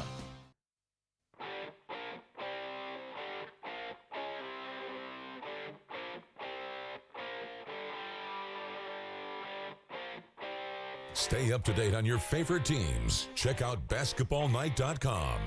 Now, back to Basketball Friday Night in West Virginia with Bill Cornwell, Joe Linville, and Ryan Epling. It is 10:23 on this Basketball Friday Night in West Virginia. Ryan Epling alongside Bill Cornwell. Joe Linville is in studio with us tonight as well. And joining us now is Andrew Rogers, our special correspondent. He has a little bit more of this week's standout athlete of the week, Janaea Fargo from Musselman. And Andrew, she's someone who you have to look deeper than the numbers to realize just how good of a player and the effect she has on that program. Absolutely. She only averages about 13 points per game, but it's all the other things she does. Her coach even pointed out about 3 deflections per game, 2 steals. So you really have to just watch her play because her impact kind of feeds off onto the other girls. That's a program that is still trying to kind of break through. They haven't been to Charleston for a state tournament. Musselman's girls have never been in the state tournament. And, obviously that's something that she would like to help them get through there. But she's also, not just on the court, also a well-rounded person, very successful off the floor too. Yeah, she's got a basketball scholarship to play at Charleston Southern next year, and on the backside of that, she's got an academic scholarship through the HISTA program here in West Virginia to help her pursue a health and sciences career beyond her basketball career. So you're talking about a young lady who has the ability to play basketball, but also has got money set aside for that. So it's pretty incredible. And before we toss the facts here, one thing you learned about her, I'm putting you on the spot here. One thing you learned that really kind of maybe surprised you. She's perfect. She tries to be perfect at everything. She will not stop working until she's as good as possible. Her dad used the example of when she was little, she would color in pictures. If she went outside the lines, she would immediately crumble up, throw it away. Oh, so no. she has got to be perfect at everything, or it's not going to happen. If that was something I did, I never got anything colored or anything like that. It would have been a mess. But nonetheless, Andrew's got more now with our standout athlete of the week, Janaea Fargo, a senior from Musselman High School. Hall of Fame shooting guard Michael Jordan once said, "There is no such thing as a perfect basketball player. Although no individual is perfect, that doesn't stop Janaea Fargo from working to perfect her craft. Her desire to succeed is what motivates her and is what makes her this week's Standout Athlete of the Week." Musselman senior guard Janaea Fargo is a 4-year starter for the Owlmen, and so far this season is averaging 13 points, 2 steals, and 2 assists per contest. She hopes that her work ethics set an example for the other girls on the floor. I try my best to always first in line, to, go on for the drill first, to try and demonstrate things. I'm just going to continue focusing and to continue pushing harder and harder each day, which will then push my teammates to work harder and harder, and their focus level will meet, everybody's will meet together, and I think that would really help us get to the next level. Musselman head coach Adrian Elliott says Janaea's energy and demeanor help set the tone for the team's level of play. Whether it's a tight game or a big lead or we're battling from behind, the way she carries herself on the floor, the girls feed off that. Defensively, when she's up in your face and pressuring the ball and strapping up, the other teammates seem to follow that. Her father, Ronnie Fitzpatrick, who is also an assistant coach on the girls' basketball team, says it isn't easy to be her coach and a dad, but credits his father's impact on him as to how he has been able to handle the situation. It's a tough one. I tell you, my dad was a coach. One thing that I saw from him was we're in the gym, we're a coach team. When we go home, I try not to bring up about basketball or anything about the game. And it's a delicate situation. There's been some phone calls and some frustration and some love moments at the gym, and then when we go home, I convert into dad, and we're not discussing anything that went on earlier today. I'm now dad. Her father says wanting to excel at everything from an early age is why she is so successful. She's a perfectionist. I early on was extremely frustrated with that because it could be as small as color in a picture, and as soon as she went outside the line, she balled the picture up and threw it away because it wasn't perfect. So that's kind of what goes into the classroom. I don't want a B. I want an A. I'm trying to, she has extremely high standards. Janaea carries a 4.1 GPA and has received an academic scholarship in the Health Sciences and Technology Academy in West Virginia to work on her undergraduate or graduate degree. Along with that scholarship, she is also committed to play basketball at Charleston Southern. Because of Fargo's willingness to strive for perfection, she says sometimes it can be frustrating, but she knows that there is a method to her pursuit of perfection. Sometimes it can tear me down, but at the end of the day, I really do think that it pushes me to be better on the court and in the classroom. Getting better right now on the basketball court means helping Musselman to its first ever girls state tournament in March. For Basketball Friday Night in West Virginia, I'm Special Correspondent Andrew Rogers. Thanks so much, Andrew, and we're going to stay right here as, again, always great to learn about these kids. We hope to be able to talk with Janaea Fargo of Musselman High School a little bit later on in this program. But getting back to the phones, Taylor Kennedy is a student broadcaster at Winfield High School. Winfield's boys beat Herbert Hoover tonight, get the record back to 500. And Taylor, a nice win for the Generals. Yes, indeed. They picked up their third straight win. They picked up a win this past week as well against Cardinal Conference foe Sissonville 70-42. But another big win for third-year head coach Chris Stevens. They won the game 53-45 over another Cardinal Conference foe in Herbert Hoover. So a tremendous game and definitely a momentum win for the Generals. Like I said, they picked up their third win after following a 2-game losing streak against Scott and Pocus. So definitely a win in the right direction for the Generals moving forward. And Taylor, you talk about you got momentum for sure with the Generals, and I know the Generals gym will be rocking tomorrow night because you got your rivals, the Hurricane Redskins, coming to town, and the Redskins, they've been struggling a little bit lately, and this might be a good time to get them. Yeah, you're 100% correct. I think this game will definitely be coming down to the wire. The last game against the Redskins didn't go in the way of the Generals as they lost by 9 at Hurricane Arena, or Redskins Arena, I should say. But regardless, it's always a rock fight whenever these two teams clash together. I mean, they're cross-county rivals, war on 34, you name it. This will be a game tomorrow that Winford will be looking for revenge and also trying to pick up their 4th straight win. And Winfield defeating Herbert Hoover tonight, 53-45. Quick turnaround for the Generals tomorrow when they host Hurricane. And then some games next week, too. A home game with Capital coming up on Tuesday. And then next Saturday, a trip to Chapmanville. So busy time for the Winfield Generals. Taylor Kennedy, student broadcaster of the Winfield Sports Network. Thanks so much for calling tonight. Thank you, guys. All right. And again, Cardinal Conference, not very forgiving sometimes.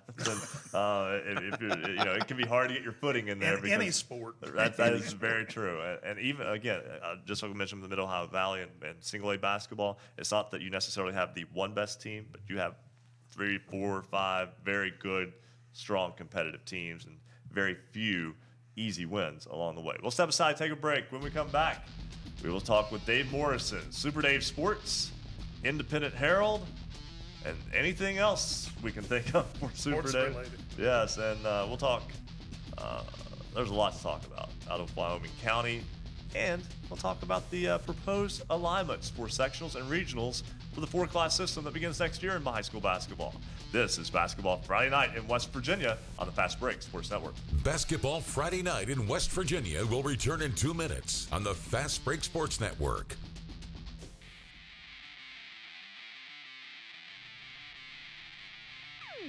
This is high school basketball's voice in the Mountain State. Basketball Friday Night in West Virginia.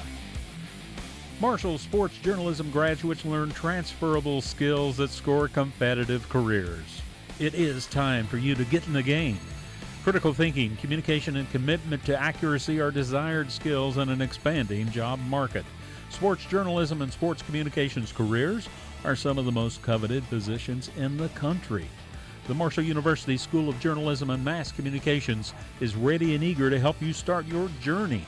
Learn more at marshall.edu/SOJMC. Join us online, vote in our poll. You've got till 11:45 tonight, and then we'll share the voting results with you. Last week, 74% of you voted schools in the same section should be required to play each other in the regular season. This week's question, should the West Virginia legislature consider a bill that would protect sports officials like Bo Anderson? Give us a yes or no. Let us know what you think. Go to basketballnight.com to vote in this week's poll. You'll see the poll on the right-hand side of the page. You got till 11:45 tonight to vote. And, of course, we'll share the results at the end of the show this evening. This is Basketball Friday Night, West Virginia's high school basketball voice. We want you to follow us on Twitter. Big thank you to our latest Twitter followers just a few moments ago, Dale Griever and Andy Shiflett, along with Tom Givens, Andy Keener, Gina Taylor, Janiyah Fargo, Willis Graham, Ryan Groves, Darius Miles, Jeremiah Carpenter.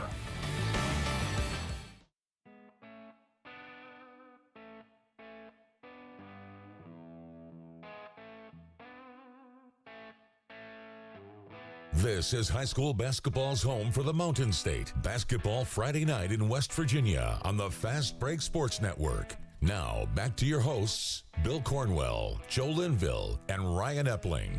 10:33 on this Basketball Friday Night in West Virginia. More than halfway through. Another fastest 3 hours in radio. very quick hour and a half, I must say, too. Yeah, I mean, we've had a lot of guests, a lot of stuff to talk about. Well, we still got more. I like our pacing so far, though. Our pace of play, I thought we got a little bit. Good pace of play. Yeah, I thought we were going a little bit too fast last week, and this week we've been able to not necessarily just slow it down, but like be quick but don't hurry. I feel like we're in the John Wooden mode of things. Because right Bo Anderson's not here and he's not calling a bunch of fouls. Yeah, we got it. Yep, that pretty much is what it boils down to. But a lot to talk about, and we're gonna have to basically give this entire segment to talk with Dave Morrison because we have a whole lot to talk about. So joining us from SuperDaveSports.com and the Independent Herald, sports journalist is the title. Sports connoisseur. He is Dave Morrison, and he joins us now on Basketball Friday Night in West Virginia. And Dave, you get the Regal horns to bring you in, but boy, do we have some stuff to talk about tonight. Guys, I just like to let that theme linger. And some major kudos for playing some AC/DC on your comeback. That's great. Hey, the crew the crew behind the scenes, they do a phenomenal job of staying on top of things. Hey, they really do. You guys do a great job, too. And not really much to report in the region this week. Really slow. Nothing much going on. Quiet news week, right? All right, moving on. It's been hopping. Exactly. It's been hopping the last. I mean, my phone just exploded today with people wanting to know this and that. I mean, just a little bit of everything. I'll let you guys ask the questions. You kind of know what's happening, and I'll try to answer them the best I can. Well, let's start with tonight, and then we'll back it up because this is almost a full circle moment tonight. West Side defeats Oak Hill 53-51. And help me on the pronunciation. Evan Colucci. Evan Colucci wins it at the buzzer for the Renegades. So fantastic game and a good win for Westside after it's been a little bit of a rough go the past couple of weeks. Yeah, I mean they got up. They were 5-2, I believe, and got up to number 10 in the state in the AP double A poll. And they were playing pretty good basketball, and they kind of ran into a stretch where they just couldn't seem to make shots when they needed to. They were getting out rebounded as they did against Shady Spring. And even tonight, the first three quarters, I think at least the first 2.5, they were totally outplayed by Oak Hill. I think Oak Hill was up by as many as 18 points at one time. So Sean Jenkins, the West Side coach, pulled the old Dave Barksdale trick where you remember the Woodrow coach against Brook took his whole starting unit out and put in subs when they were down in the state tournament. Well, it worked the same way. Sean Jenkins takes his starters out, put in some JV guys, and they kind of held the game where it was for a couple of minutes, brought the starters back, and they were able to come back on defense, causing turnovers. And Oak Hill kind of hurt himself at the line. I think Sean Jenkins told Benitez Jackson after the game, you guys probably should have won that game, but it was a big win for Westside to stop that 4-game losing streak they were on. So Westside gets the win. Evan Colucci has had a difficult week. Well, actually, that's his cousin Jace, who Jace was the one who was targeted, though. Right. Right. Jace was the one that they had the picture. Of course, everybody knows that story now. When they went over to Wyoming East, there was a picture, and it had a stick man, and it had Jace's name on it, and he was hanging. And he was hanging from a noose, and it's not good, and it's a bad look for the county and a bad look for the people who did it. And this has gotten national press now, and it probably should have. I don't know how that happens in 2020, but it did. And the kid, it's just a remarkable job by him to keep going out and playing, and he hit some big threes tonight to kind of get Westside back in the game. And I know with this investigation, they've taken it out of the county now. And I think Nicholas is supplying a state trooper who I think was in Wyoming County today, and they're investigating this and trying to get to the bottom of it. And really, it could come to a bad conclusion for someone. I just don't know how that kind of thing happens in 2020, but I guess it does. Yeah, it's sad. It's hard to put into words. It really is. It's sad. It really is. It really is. Sad I is the best word. I don't know. And bad's really not even a word, a good enough, tough enough word to describe it. I mean, and I don't know how that happens, that somebody can get in a visiting locker room before they get there and do that. And it actually wasn't the only picture that was there. There was a picture, another lewd picture on the board with another player's name from West Side on it. And, not a good look at all. It's terrible. That mars what is shameful and disgraceful. That mars to me what is one of my favorite high school basketball rivalries between West Side and Wyoming East, and all the history between the schools and the communities down there prior to the consolidations. But this was so uncalled for, and I mean, when those two teams get together, it's always a great atmosphere. But that's so far down the just down the proverbial path that we don't need to go, and it's just unbelievable. It gives the sport and even West Virginia, because this thing made national news. Yeah, a black eye. It's bad for the state, and unfortunately, guys, for some reason, there are just some people that feel emboldened these days to do those things, and not understanding the ignorance that it shows. And we've come a long way. It's not a time to step back. And it's kind of ironic that all this stuff is going on here around Martin Luther King holiday. So, I mean, it's even more profound. Yeah, exactly. I mean, it's just ignorance is what it is, and like I said, it shouldn't happen. And that something needs to be cleaned up if that's the kind of thing that happens. I mean, really, and it's not only a black eye on Wyoming County, but as you said, the state, because I've seen the national news reports, and it always says West Virginia. Yes, it does. Yeah. West Virginia, student athlete, So, I mean, whoever did it should be punished as much as they can punish the people who were responsible. Absolutely. And I hope they find them. And Yep, absolutely. Sometimes high school pranks go a little bit too far. Yep. Absolutely, and that like you said, that goes beyond a prank. That's into the threat category with the history behind such images. And I think that's how it's being investigated as well. Yeah, as it should be. Yep. And Dave, right. Not to get too deep, because this is a more important conversation. But since that game, things haven't gone well on the floor for Wyoming East either.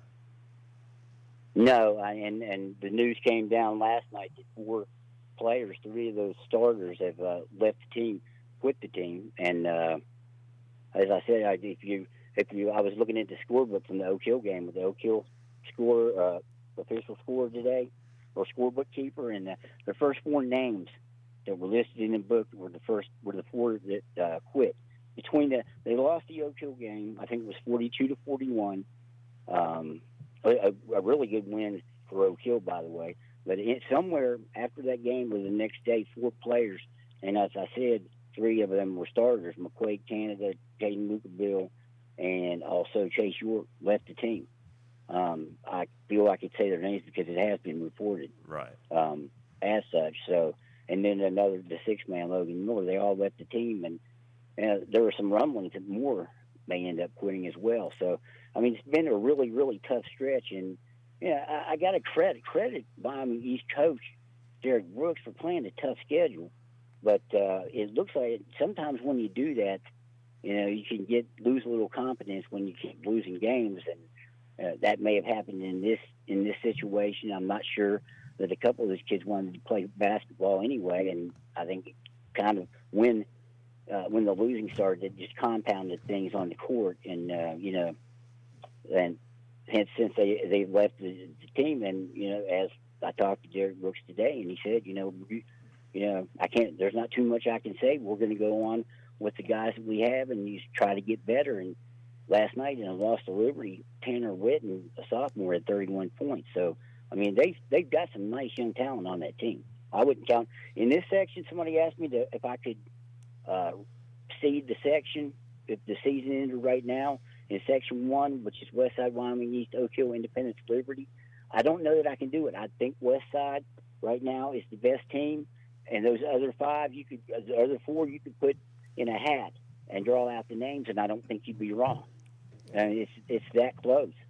And Dave, when it and comes, really nobody's surprised. I think Bluefield and Shady Spring probably would be favored to be the Region 3 participants at the state tournament. Speaking of Region 3, and we don't have too much time to go too deep into this, but we can kind of scrape the surface here a little bit. Westside and Wyoming East won't even be in the same classification next year at this point. Westside will be a AAA school, Wyoming East will be AA. So looking at Region 3, the proposed regional and sectional alignments for basketball in the 4-class system, in 4A, you would have Oak Hill, Princeton, Greenbrier East, and Woodrow Wilson would make up Section 2 of Region 3. Section 1 would be Capital, George Washington, Riverside, and South Charleston, so just straight up and down the turnpike there, more or less. AAA, which would be a lot of the schools that are AA right now, and even a single A right now. Region 3, Section 1 would be Independence, Pikeview, Shady Spring, and Westside. And Section 2 would be Herbert Hoover, Midland Trail, Nicholas County, and Sissonville. And so that would be some new blood into that particular region. AA, which would be just a mess. There are only 24 basketball playing schools right now that stayed in AA because of so many schools electing to play up. We'll talk way more about that later. But the ones, as it would stand, there would only be 6 teams in Region 3 AA. We're talking Bluefield, Summers County, Wyoming East, Liberty Raleigh, Chapmanville, and Mingo Central. That's as tough of a 6 teams you're going to find. I mean, you know, I don't even know how you. I guess you play 2 and 3, and then one plays the winner of that game. I mean, that's really Westside and Trail were supposed to be AA. So there's your 4 teams that they both opted to go up because they think they can competitive balance in 3A would be better for them. And I'm not too sure that I agree with that because, of course, Chapmanville's in there, and you know they've been 2-time state champion. They've been 3 straight state championships. I mean, so they are a juggernaut. You got to understand that. Mingo Central very good as well. But I would feel pretty good about being in that other section. Yeah, absolutely. And Trail being 3A blows my mind. I do remember when they were AA, along with my school, Valley, way back in the day in Fayette County. But you know, seeing Trail as a 3A team, it just kind of blows your mind. And I think that the people that are where they, I think that they're happy where they are now, especially Westside and Trail, since they got their wish to be able to go up to 3A instead of staying in 2A. But you know, it stands to we'll see if that works out for them. But I would be happy if I was in that AA section when we win one game potentially, and you go to the state tournament or the regional. You win 2 games and you're in the state tournament. Yeah. And then in single A, we'll go through these real quickly. Section 1 would be, and these are just the boys. The girls, they do actually, with these particular schools, these all do mirror each other because that's not the case in every instance. But in Region 3, single A would be in Section 1, Greater Beckley Christian, James Monroe, Montcalm, Mount View, and Riverview. Section 2 would be Greenbrier West, Meadow Bridge, Richwood, and Webster County. So there's some other schools that are kind of from not right there in the heart of Region 3 who would now be Region 3 teams as well. So that's how this is kind of shaping up, and definitely a lot of things to ponder over. And that's up for public comment and not set in stone yet. But if there are any changes, they'll likely be very minimal. So, but Dave, I know. I don't see a lot of changing. I don't think they'll change a lot. No. Dave Morrison, Super Dave Sports. We thank you so much for joining us, and again, a tough discussion tonight. And hopefully next week we'll be back. We can talk about high school basketball and nothing but. Yeah, that would be great. Hey guys, I appreciate it. And always nice talking to you. Have a great evening. All right. Thanks, you too. That's Dave Morrison, SuperDaveSports.com. No one covers Region 3 like Dave Morrison. We're going to step aside, take a break. When we come back, we will talk with our standout athlete of the week, Janaea Fargo from Musselman High School.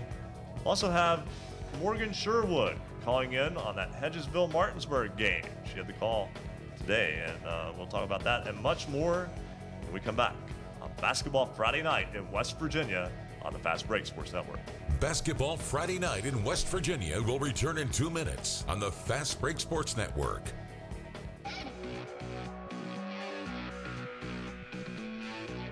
There's no better place to be than right here. It's Basketball Friday Night in West Virginia. Streaming video live from the studios at Marshall University. Visit basketballnight.com for video, audio, and the Basketball Friday Night in West Virginia scoreboard. You can watch our high-definition video stream by going to basketballnight.com. All it takes is just one click to watch. Of course, we're on Facebook and Periscope, too. Big thank you to all of our radio affiliates out there carrying Basketball Friday Night. If your station's not carrying Basketball Friday Night, call them up. The show is free.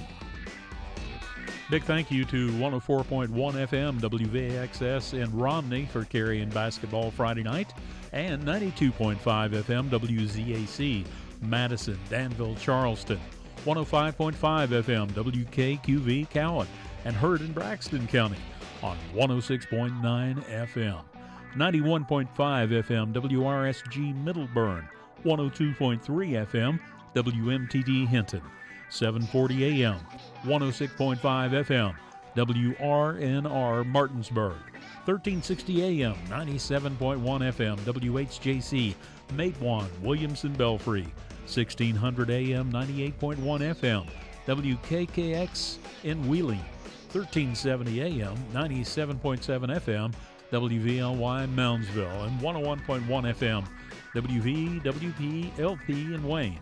We'll tell you about more stations at the top of the hour. Don't forget our poll question. You got till 11:45 tonight to vote in that. This is Basketball Friday Night in West Virginia. Thanks for joining us tonight.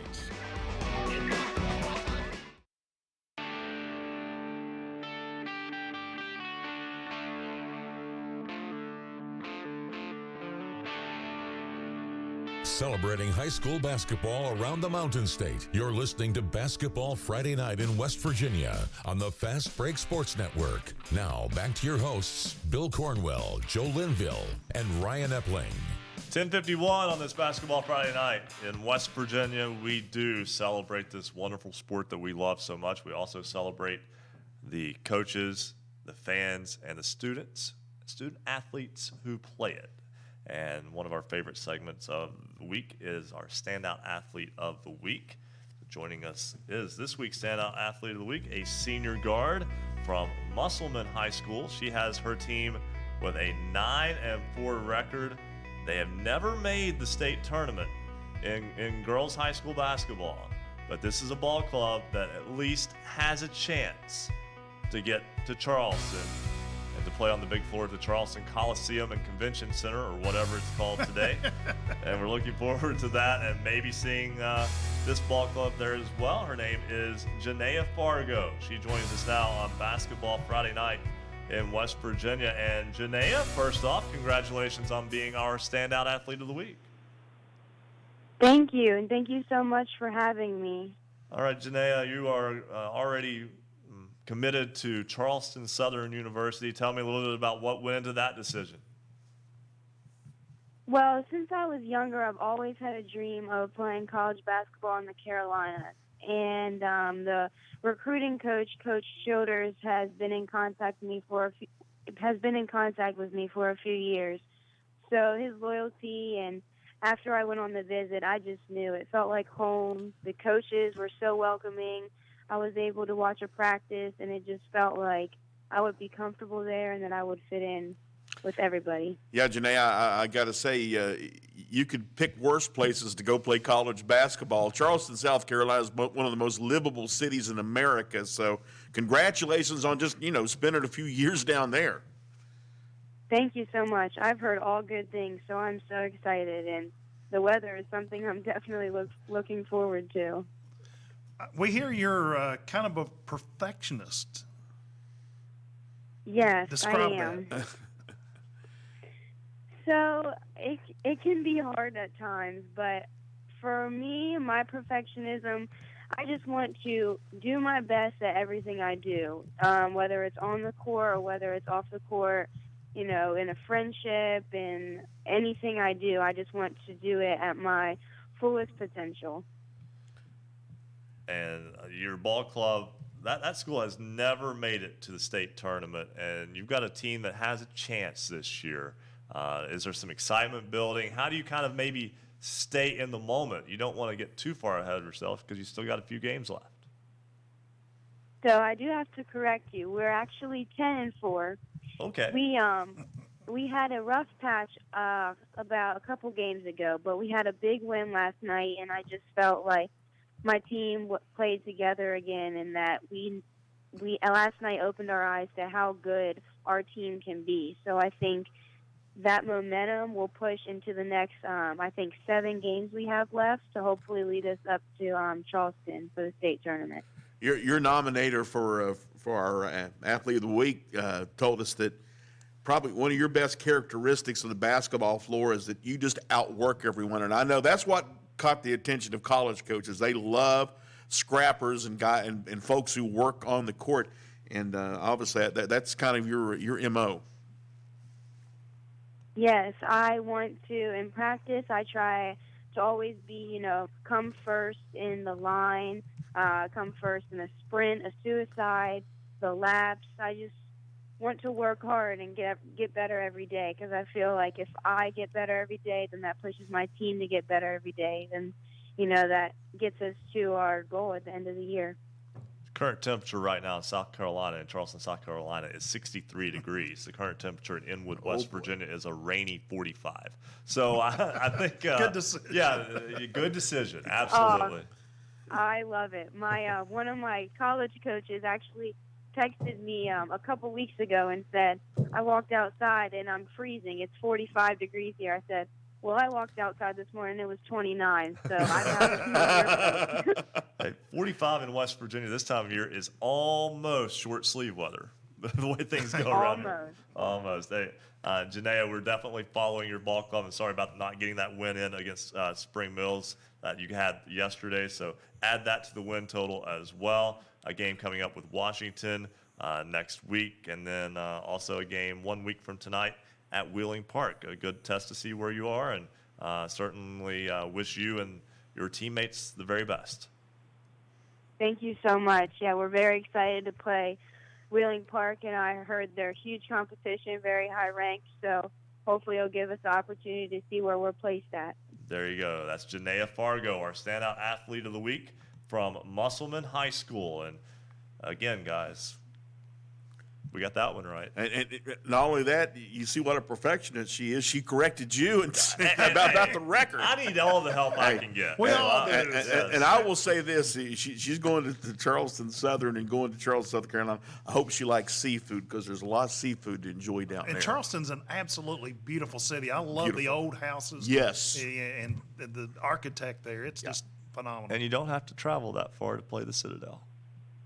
You don't. I mean, like right next door. I mean, it's like down the street. Right. Yeah. So it's all a good time down there in Charleston, South Carolina. We certainly wish Janaea all the best. And hey, it'd be nice for Musselman to make his first state girls basketball tournament this year. That'd be a good way to go out for her high school career. 2 hours in the books.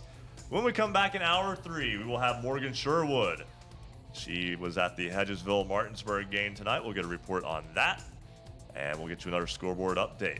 2 hours in the books, 1 hour to go of the fastest 3 hours in radio. This is Basketball Friday Night in West Virginia on the Fast Break Sports Network. Basketball Friday Night in West Virginia will return in 2 minutes on the Fast Break Sports Network. For scores online, all of them in West Virginia, visit basketballnight.com. A shout out to some of our newest Twitter followers, just following us just a few moments ago. Beth and Jeremy, Jack Sable, and Kim Davis-Smith, and Kyle Levasseur. Thank you for following us on Twitter at @hoops_roundup, @hoops_roundup. Many places that you can listen to Basketball Friday Night in West Virginia throughout the Mountain State. We're on great radio stations. Find them on our affiliate page. Go to basketballnight.com, find a station nearest you.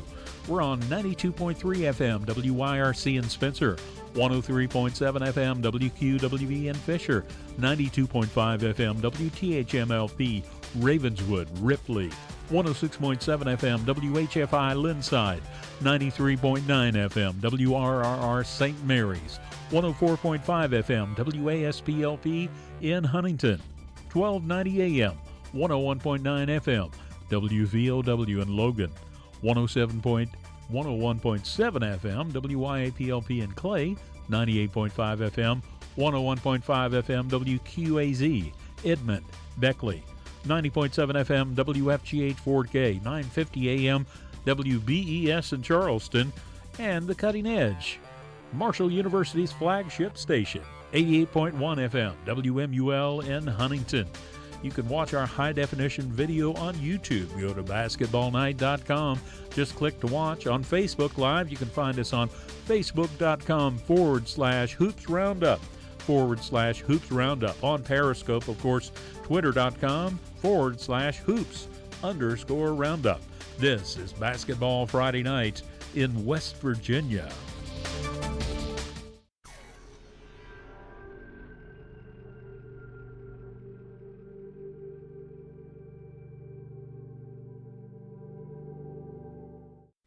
Looking to take some classes but not sure you can make it to campus?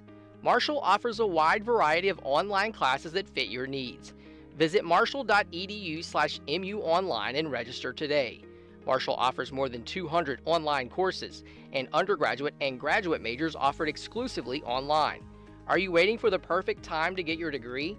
Now's the time. Visit marshall.edu/MUonline, where you'll find that Marshall is the right fit for you. Welcome back to Basketball Friday Night in West Virginia. To join tonight's program, call 855-78-HOOPS. That's 855-784-6677. Follow us on Twitter @Hoops_Roundup for all the scores all the time. And visit basketballnight.com for a comprehensive look at schedules and standings for every team in the state. Stay tuned. Another hour of Basketball Friday Night in West Virginia begins right now. 11:01, 1 hour to go on Basketball Friday Night in West Virginia for this January 24th, 2020. We'll get you a full scoreboard update in just a couple moments. But first, big game tonight in boys high school basketball up in West Virginia's Eastern Panhandle. And it was a game that lived up to the billing. It was Martinsburg and Hedgesville. Martinsburg gets the win 71-61. Big matchup, though, of Class AAA Region 2 Section 1 teams, both with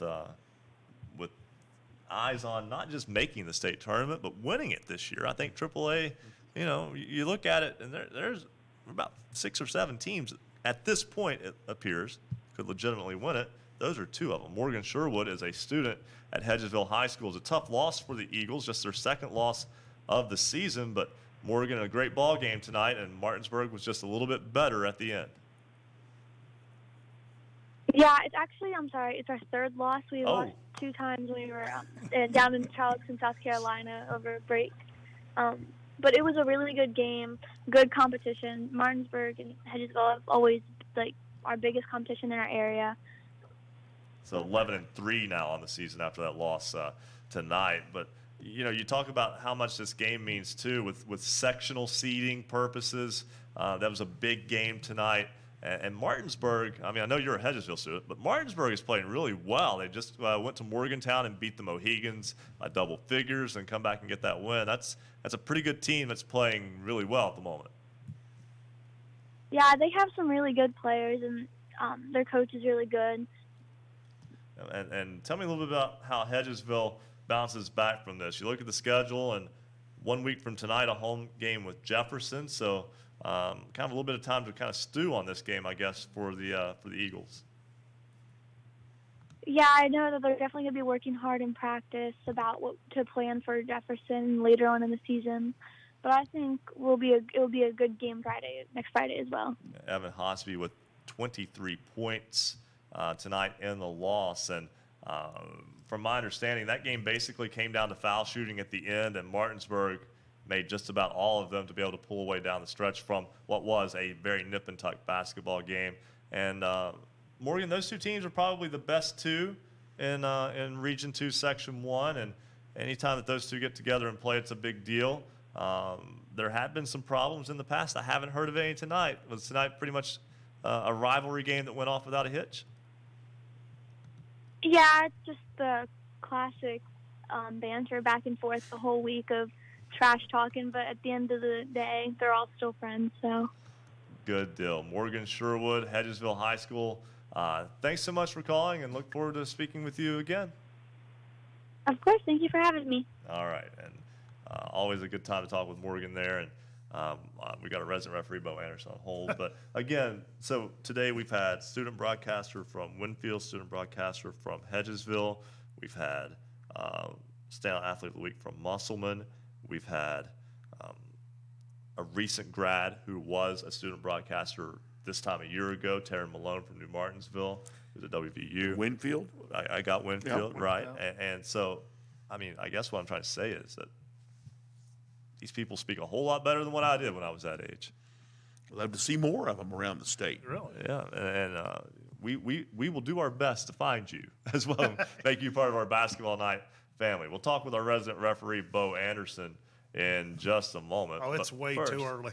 yeah, he's only been on hold for 4 minutes, so let's do a nice, easygoing, extended scoreboard here real fast. So that way Bo can kind of get prepared, because if we took him directly to air, I'm not sure he'd be ready. You know, I mean, it's like he's got to go through his pregame routine. So we'll get to our resident referee in just a moment. But first, it's time for a check of the basketballnight.com scoreboard.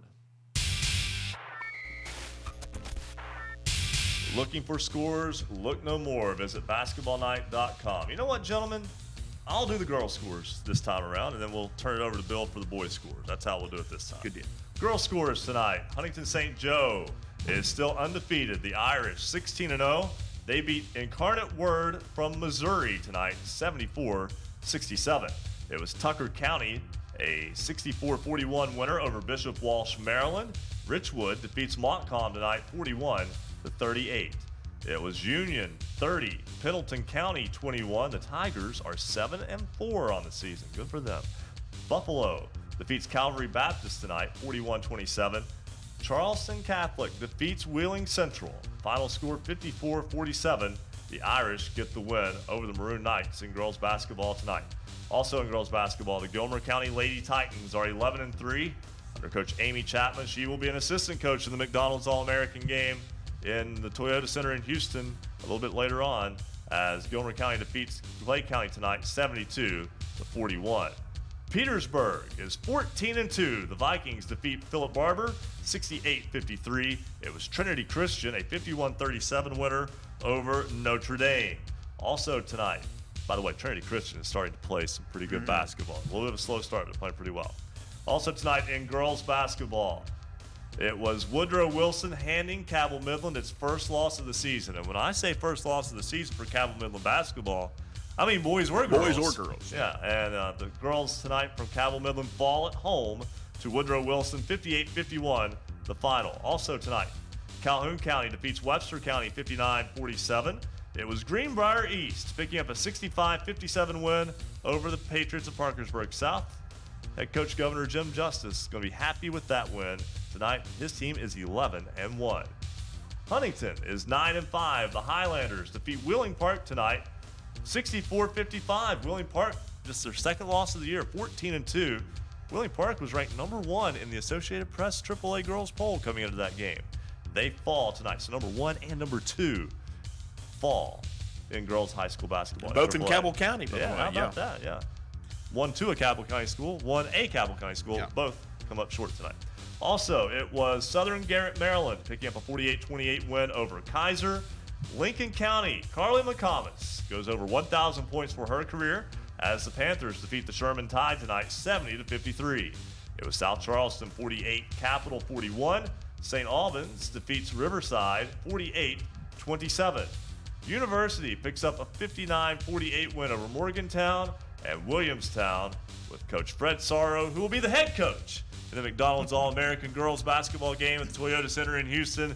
They defeat Moorfield tonight, 58-49. Moorfield will play St. Mary's tomorrow, a 2-for-1 trip for the Yellow Jackets of Moorfield as they travel across the state. Joe, I said Bill would have the girls' scores or boys' scores. I lied. I'm giving them to you. You got the boys' scores. All right, here we go. It was Weir picking up a win tonight over Indian Creek, Ohio, 58-44.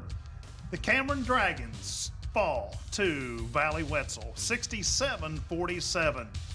It was Braxton County over neighboring Nicholas County, 57-49. Elkins picks up a win over the Bees of East Fairmont, 53-47. Shady Springs, the Tigers, go to 12-0 on the season with a win over Independence, 78-63.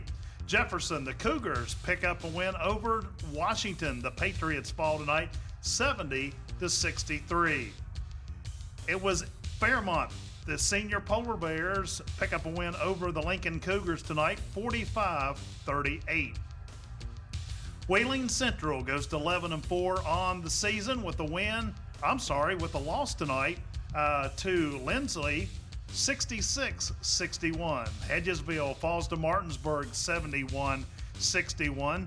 Teddy Marshall led Martinsburg in that game with 22 points. Evan Hornsby led the Eagles with 23. It was Pocahontas picking up a win over Midland Trail tonight, 47-44. Wheeling Park, the Patriots fall to Morgantown tonight, 59-45. Musselman, the Applemen, pick up a win over Spring Mills, 58-50. Pendleton County picks up a big win over the Petersburg Vikings, 62-29. Bridgeport goes to 10-3 on the season with a win over Philip Barber, 64-35. Bluefield, the Beavers, they go to 9-3 on the season with a win over Pikeview, 88-55. Ripley, winners tonight over Nitro, 60-56. Roane County picks up a win over Ravenswood, 46-29. It was Robert C. Byrd going to 9-2 on the season with the win over Buckhannon Upshur, 57-46. John Hamilton poured in 43 points for the Scott Scouts tonight as they pick up a win over Wayne, 97-58. Polka, the Dots, pick up a win over Sissonville, 55-31. St. Clairsville, Ohio, knocks off John Marshall, 61-54. It was Liberty Raleigh picks up a win tonight over Summers County, 51-34.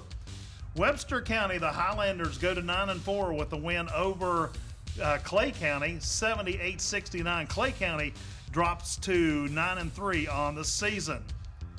Oak Hill in a squeaker in overtime. Westside picks up the win over Oak Hill, 53-51. Westside's Evan Kalushi wins on a shot at the buzzer.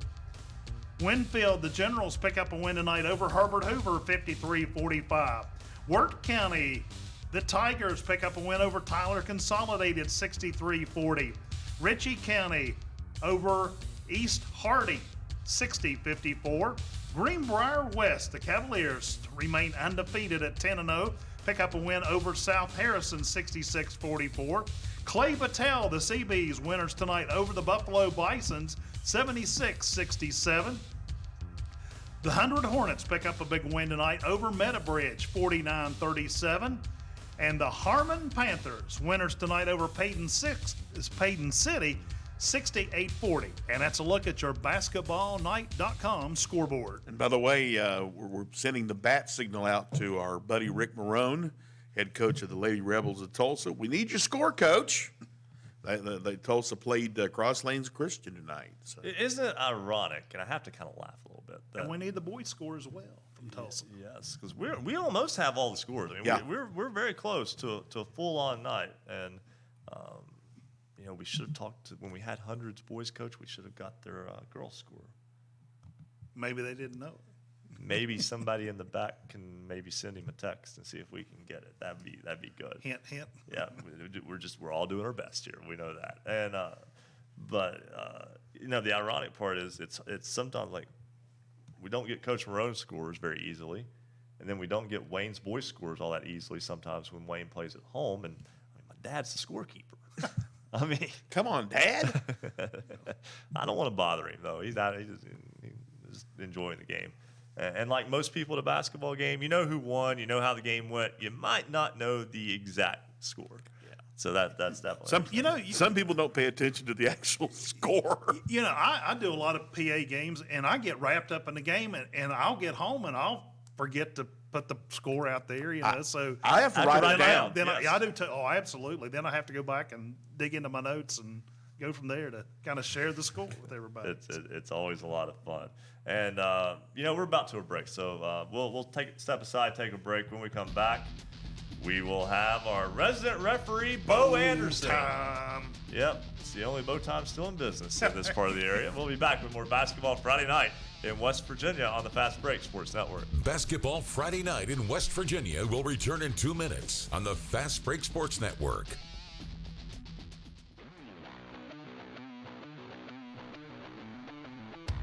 If you love basketball, then there's only one place to be on Friday nights after the game.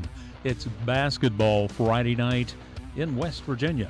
Does showing up for work at a ballpark or an arena sound good to you? A Marshall University sports journalism degree can get you there. Sports journalism at Marshall is serious and it's big business. Sports media and communications careers are some of the most competitive and marketable. We'll prepare you to think critically, report accurately and artfully, tell the stories on and off the field or court. If this sounds like you, the Marshall School of Journalism is ready and eager to start your journey. Learn more at marshall.edu/SOJMC. Don't forget to join us online. Vote in this week's poll. You got till 11:45 tonight, so not much longer.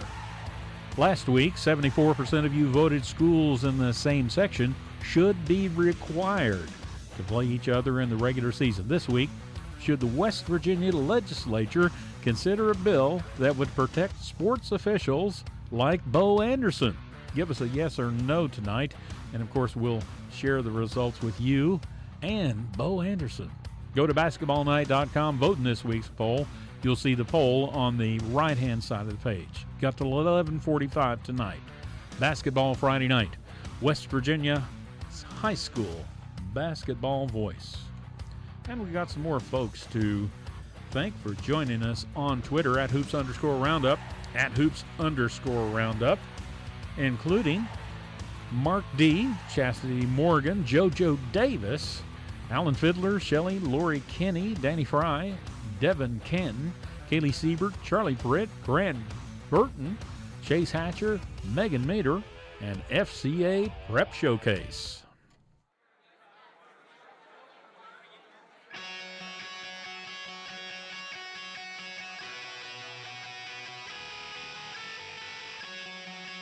Stay up to date on your favorite teams. Check out basketballnight.com.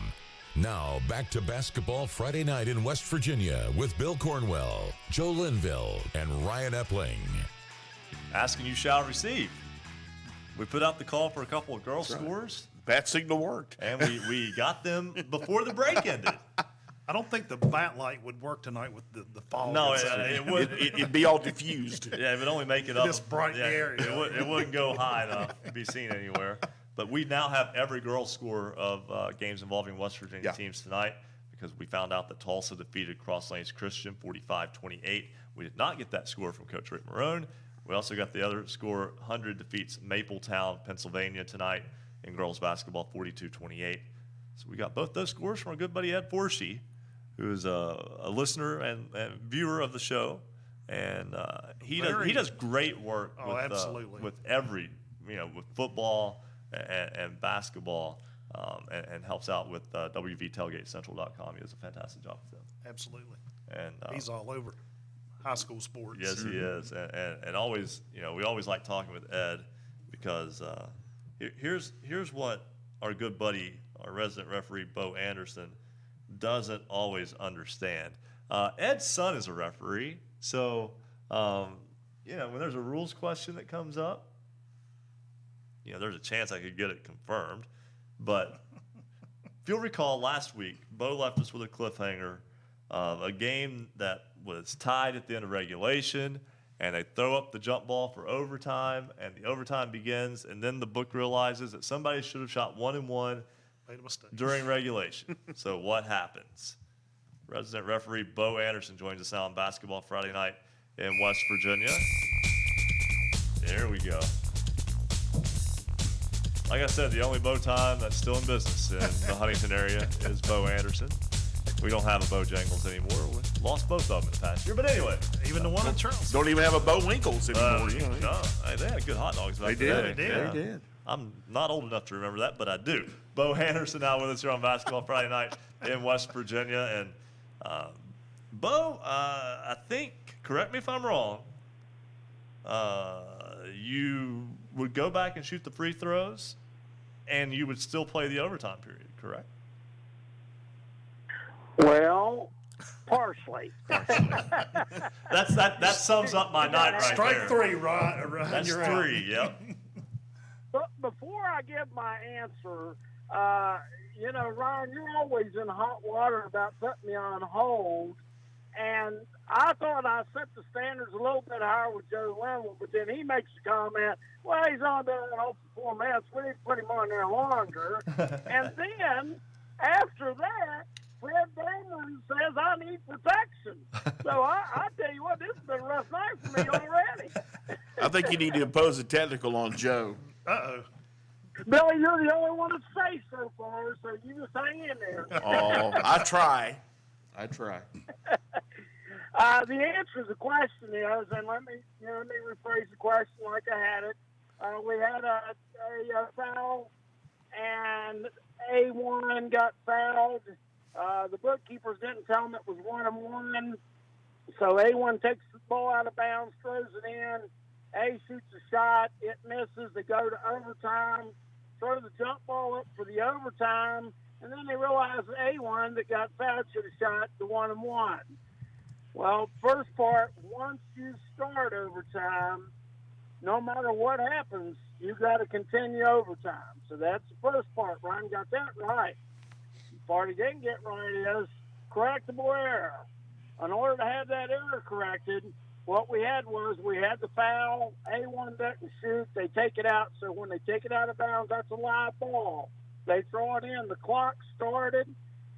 Then the shot missed. The horn went off. Now we have a dead ball. If they would have caught it then they could shoot the 1-on-1 to decide whether it goes in overtime or not. But they didn't catch it. So once you throw the jump off, once the ball leaves the official's hand, that ball is now live again, which would make the correctable error too late. So they would not shoot their 1-on-1 either. If it had not been tossed and they saw that there was a 1-on-1, then you would have put that player on the line to shoot 1-on-1 to decide whether you go into overtime or not. Well, there you go. We got the answer. Yeah. So I went 1 for 2 there, which makes 3 mistakes I've made there in the last 2 segments, and so that's interesting. Interesting. It's interesting that you throw the ball up, and that just pretty much negates everything that went before. That's what it sounds like. Yeah, because you're still going to play now. Now the only way you could have had that to where you could have shot the shots in overtime is if a player got fouled and the horn went off simultaneously. They called the foul and they said there was no 1-on-1. Okay, so then your live ball, when you throw the jump ball up, clock starts when one of the jumpers legally touches it. Then you could play a minute or two and then still have a dead ball and have a correctable error and shoot that foul shot that you didn't shoot to end the fourth quarter. So it could be a possibility of having a correction. It's just a matter of correctable errors on free throws have to be live ball, clock started, dead ball, get it in. Of course, you really got to understand the live ball, dead ball a little bit more than I can explain totally. But that's the scenario whenever you would have the correction. And if you do it after that, it's too late. Hey, Bo, let's switch gears here a little bit. Got a couple situations to throw at you. First of all, this is in a girls' game. Seems like the officials let the girls bump on each other a little more maybe than the boys do. But anyway, the players bringing the ball down the floor and the defensive player, they bump a couple times. They get pinned over to the side, and the offensive player actually gets bumped out of bounds. Should there be a foul? Well, I mean, again, Joe, every play is different. Every angle's different. And, you know, I mean, if there is deemed a foul there, it needs to be called. If there's minimal contact, it's defense, offense into each other. There may be nothing. On the comment Joel mentioning girls and boys, you know, I don't referee the game any differently, and neither should any of the other officials. I don't think they do. I think it's the game that's being played. I've had rough boys games. I've had rough girls games. I've had easy boys games. I've had easy girls games. It's really a matter of how that particular game, whether it be boys or girls, is played that night. And, you know, you got to decide, you know, is it advantage, disadvantage? Is it a foul? Did it affect the play? Did it affect the player? And it's not easy sometimes, and not it's not a girls versus boys thing. I call it a basketball game because, you know, they've both got the same rules, and the only difference is the ball smaller, and that's the only rules difference, period, in girls and boys. It's just a matter of how that particular game's being played. Anybody that asks me how I'm going to call that game tonight, I'm going to tell them I'm going to call it the way it's played. Yeah. You know, if it's rough and we got a lot of fouls and we got to blow the whistle and stop the game a lot, if it's easy, then I'm going to let good because we don't have to worry about blowing a whole bunch of whistles. And it could be, you know, the officiating crew. I've seen some crews let them be a little rougher than others. So, you know, you get that from time to time as well. You know, again, it becomes a judgment thing. You know, when I'm, you know, and of course I don't comment about other officials that are working games that I'm watching. Now, yes, granted, a lot of officials have respect that they'll ask me questions about, you know, what I think or whatever, and I'll give them feedback of what I felt. But, you know, it's, you know, not every official is the same, and not all judgment is the same. I mean, you know, it's just one of those things where it depends. You know, if you have me in a game and I've called a foul, and then I've called another foul for the same thing, then you probably better stop doing whatever you're doing because tonight that's a foul. Maybe somebody doesn't deem it a foul. I mean, just like the fans versus the officials. Some people think they got fouled. Some people don't. You know, it's the same way when you're officiating. Not all officials are the same. And, you know, that's just the facts of, you know, human nature. You know, whether it be a college official, an NBA official, or a high school official, whatever it may be, you know, not everybody's going to be the same. I've been to hundreds of games into high school basketball over the years, and I saw something in a girls' game earlier this week that I have never seen before. One of the players actually spit on the floor and then rubbed her shoe in it. Is any violation there? Well, I mean, you know, that happens sometimes. You know, not really, as long as we're not spitting on someone. You know, that you know, we talked about the case of it being amazing that more people are not sick because people do things like that, or they do it and then they lick their hands and lick their shoes, and now they're handling the basketball along with 9 other players on the court and 3 officials on the court. And there's probably a wonder that there's not more people sick than what they are. But, you know, that obviously, you know, there's nothing really, any ratification for that. I would, you know, I rarely see that, but it has happened, I'm sure, more times than you want to discuss. Yeah, I mean, I've seen them go to the garbage can or wherever off the floor, but on the floor, I mean, I know my mouth flew open, and the scorekeeper looked over at me and she said, "Did I see what I think I saw?" Yeah, I said, "Yeah, you did." So. Yeah, usually, you know, most generally, a lot of the places have those mats. It's got the tracks that gets the dirt off your shoes and things like that. Most time when you're doing the foot movements, it's to get sweat up off the floor, where everybody's out there doing a little dance to get the sweat up. But I probably would maybe try to refrain from asking that player if they would maybe go to the sidelines or do it someplace else. I would probably have to say something with that incident just on account of being sanitary about it.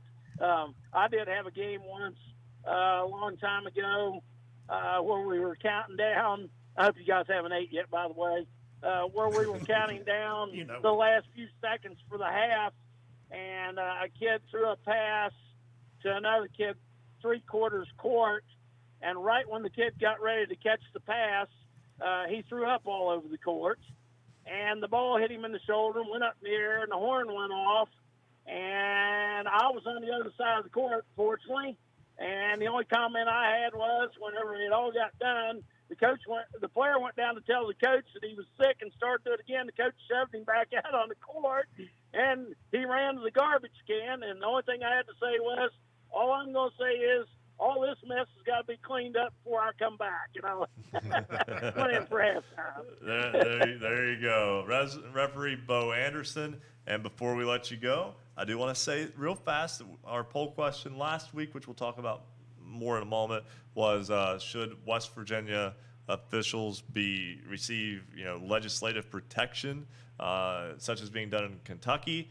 Good friend Justin Dempsey, who I served as a Senate page with one day in high school when we were in school. See, Joe, it all comes back together, right? It's a small world. And I've known him forever. He's now the coach at Beckley Prep, and he coached Mountain Mission, and he coached the Sheep play last year. Pretty good player for WVU. Anyway, he let me know that House Bill 2268 from March of 1993 put a separate misdemeanor criminal offense of assault or battery on an athletic official in the state of West Virginia. So there you go. We are 27 years ahead of Kentucky.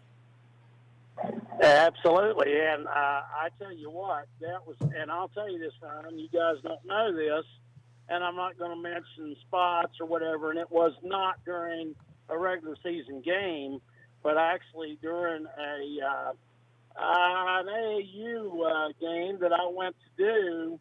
I had a coach from that team that was the visiting team, didn't like the call I made, and then in a little bit he didn't like another one, and he proceeded to now fortunately nobody got hurt, him nor me, but he proceeded to grab me by the neck and take me from the foul line all the way to the wall at that gym. I just had my hands out. I wasn't going to let the individual hurt me, and I wasn't going to obviously take a shot at him. And then a bunch of people got him off, and he got in trouble. That was part of the start of that, believe it or not, Ryan. See, it all ties in together. Now, I hate that happened to you, but there's a bit of irony that all came together as such. Yeah, wow, absolutely. And I encourage, being one of the two teachers of our class, I encourage our class not to let something like that run you off. I mean, that was that long ago. That's been so long ago. And I still use an example. Would always tell people in the class, and I'll tell anybody, if it happened to me, it can happen to you. And, it's an unfortunate thing. I didn't want it to happen. And certainly I wasn't wanting anything to happen as far as my abilities go. Also, do anything to him. And unfortunately, there was enough people that got him away. And then we got it taken care of. He did have to deal a little fine, and we had to do a little court thing there. But, it's one of those things where, we got to get that stuff out of the game. It's got to be where the sportsmanship comes first. And everybody needs to realize that, yes, we take the basketball game seriously, but it is just a game. Nobody is forcing anybody to play basketball, to coach basketball, to officiate basketball. And we've got to get that point across throughout, not just West Virginia, but throughout the country that, these things have got to stop, just like the thing that happened in the college game the other night. There's no place for that stuff. It's got to stop. I mean, it's got to be done, and we got to go back to this being a good team game where kids are learning from it. They're learning life lessons as well, but without all the extras. Absolutely. Bo Anderson, our resident referee. Thanks so much, Bo. Look forward to talking to you again next week. All right, Ron. Hey, if I got 2 seconds, Ron, I got a quick play for you. All right. Time's up. Jump ball, throw the jump ball up, A1 taps the ball, it hits the referee in the shoulder, goes up in the air, and A1 grabs it. What do you have? Handle the situation. I'll let you know next week if you're right. All right, I like it. Another cliffhanger from our resident referee, Bo Anderson. So we'll dive into that one a little bit later on. I think the player's allowed to do it because it's touch. Even though the official is like an extension of the court, and et cetera, they're inbounds. But I don't know. I'm probably wrong. I've been wrong a lot tonight. Anyway, we're going to step aside, take a break. When we come back, Mike Goddard, WRLB in Lewisburg, had the front half of the back-to-back home and home with Greenbrier West and South Harrison for the West Virginia Hometown Invitational Tournament. We'll talk about that and much more. Basketball Friday night in West Virginia rolls on here on the Fast Break Sports Network. Basketball Friday night in West Virginia will return in 2 minutes on the Fast Break Sports Network. For scores online, all of them in West Virginia, visit basketballnight.com. Big thank you to all the radio stations throughout the Mountain State carrying Basketball Friday night in West Virginia. And if your station, your local station, is not carrying Basketball Friday night, call them up. Tell them there's a show they should carry.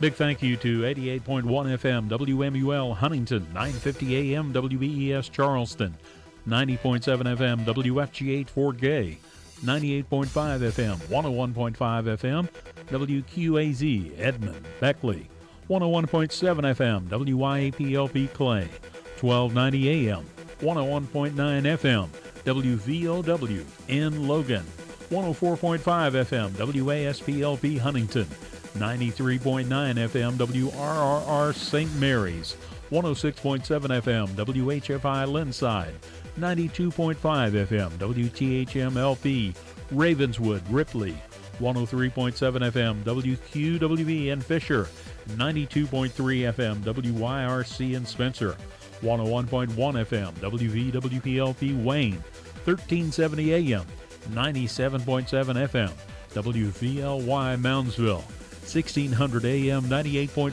FM WKKX in Wheeling. They're all part of the family of Basketball Friday night in West Virginia. Lots of places to watch and listen. Visit our website, basketballnight.com. We want you to become part of the West Virginia Basketball Friday night in West Virginia family. Join us on Twitter at @hoops_roundup. And a big shout out to our latest follower on Twitter, Mr. Shaver. Thank you for joining us and being part of the family here at Basketball Friday night.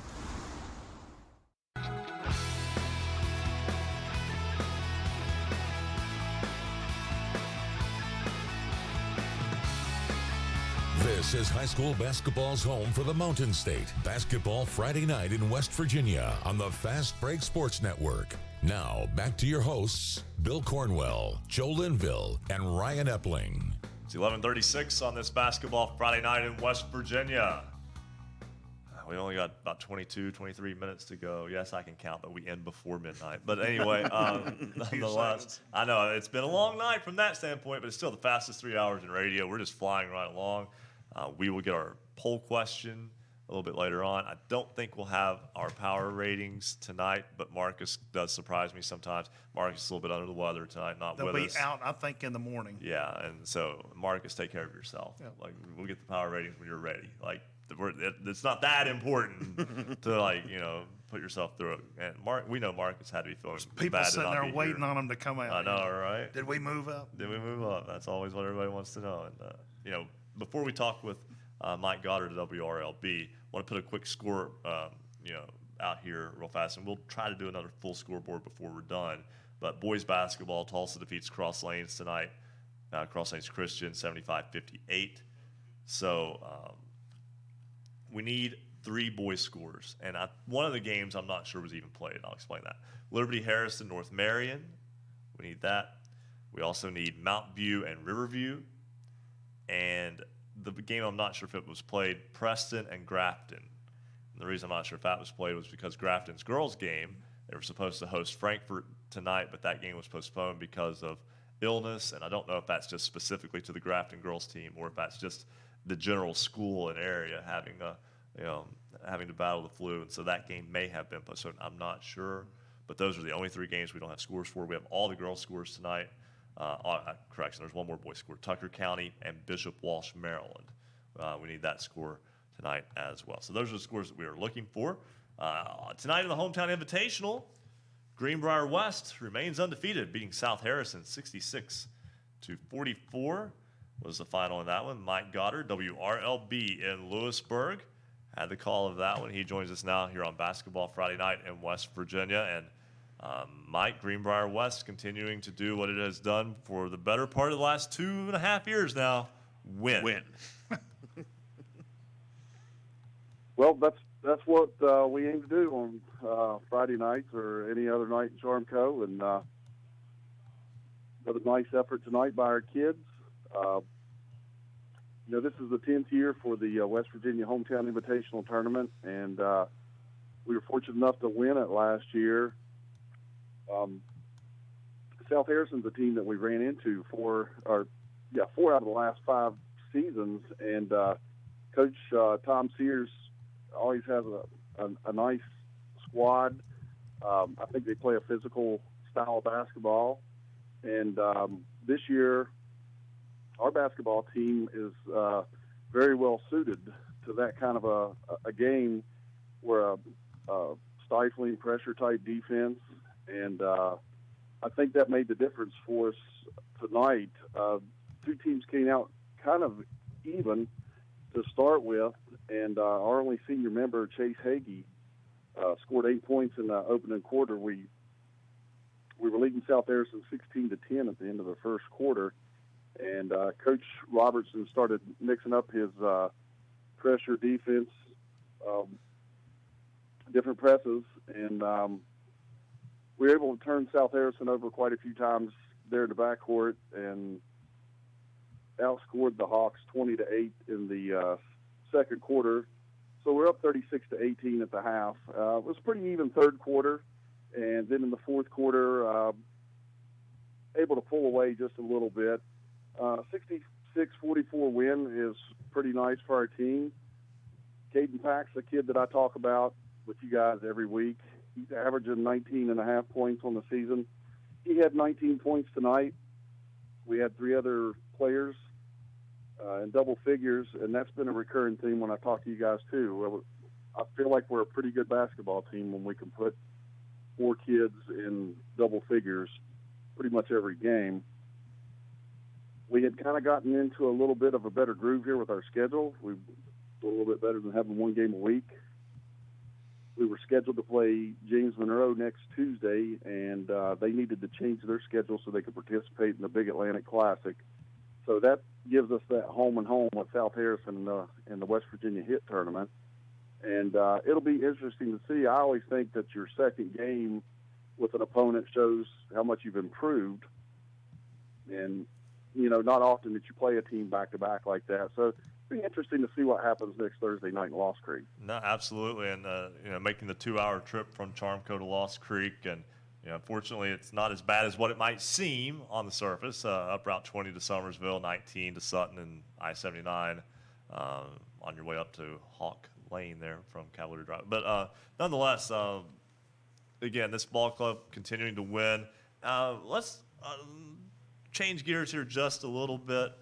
The proposed regional and sectional alignments out now for the 4-class system. Greenbrier West, as it would stand, would be in Class Single A, Region 3, Section 2 with Meadow Bridge, Richwood, and Webster County. The other side of the region would be Greater Beckley Christian, James Monroe, Montcalm, Mount View, Riverview. Really no surprise there the way the geography works. There's not, other than at least maybe in my way of thinking, James Monroe is about an hour and 10-minute ride for us, to the east. Mm-hmm. And now they're going to be put in that section with Greater Beckley, who's about a 40 or 50-minute ride to the west for us. So maybe it's got more of a northern-southern type alignment to it. But I've done a lot of research on Greenbrier West sports, football, basketball, what have you, and it's been fascinating to look how the regions and sections have changed over the years. And, a lot of these teams, they're basically the same teams that we've played all throughout our history. it's just been mixed up at one time or another. And it certainly is. And just talking about the distances and so forth, just looking within that one region, James Monroe and Webster County would be in that region together, and those schools are 2 hours, 30 minutes apart. So that's not an easy trip. It's incredible.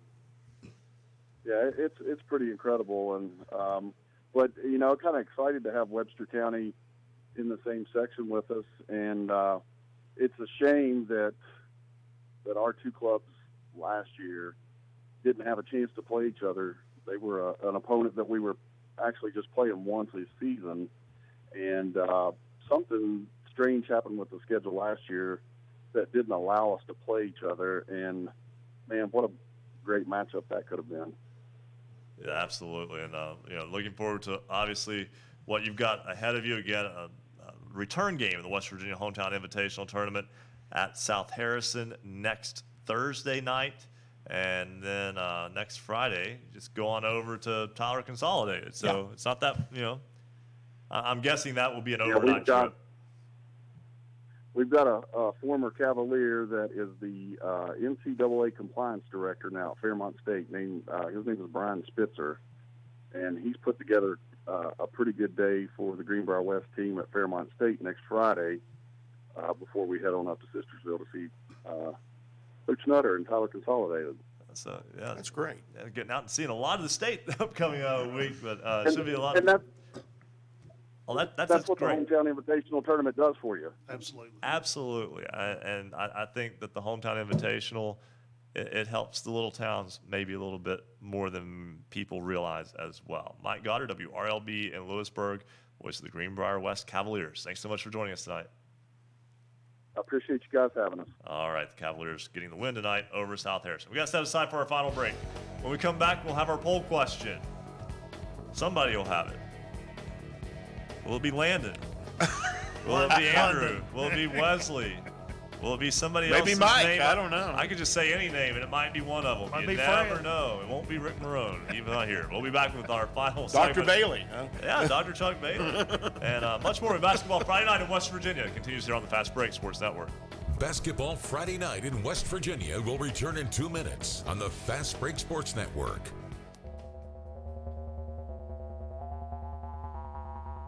If you love basketball, then there's only one place to be on Friday nights after the game. It's Basketball Friday Night in West Virginia. Many places to listen and watch basketball Friday night in West Virginia. Of course, we're on great radio stations throughout the Mountain State. Just click on our affiliates page for the station nearest you. You can also watch our high-definition video on YouTube. Go to basketballnight.com. Just click to watch. On Facebook Live, well, look for Basketball Friday Night in West Virginia. Facebook.com/Hoops Roundup. On Periscope. On Twitter, Twitter.com/Hoops_Roundup. And in the Huntington area, we're on Comcast Channel 25, Armstrong Digital Channel 204. We're also on these great radio stations: 104.1 FM WVXS Romney, 92.5 FM WZAC Madison, Danville, Charleston, 105.5 FM WKQV Cowan, and heard in Braxton County on 106.9 FM, 91.5 FM WRSG Middleburn, 102.3 FM WMTD Hinton, 740 AM, 106.5 FM WRNR Martinsburg, and 1360 AM, 97.1 FM WHJC Matewan, Williamson, Belfry. All part of Basketball Friday Night in West Virginia, where we're streaming video live from the studios at Marshall University. Thanks for joining us tonight. We appreciate all the folks that joined us on Twitter tonight and all throughout the week, including Kayla Green, Brandy Brown, Becca, Gavin Pannant, and of course tonight Dale Griever, Andy Schiffith, Kyle Lavisser, Kim Davis-Smith, Zach Sable, Beth and Jeremy, and Mr. Shover.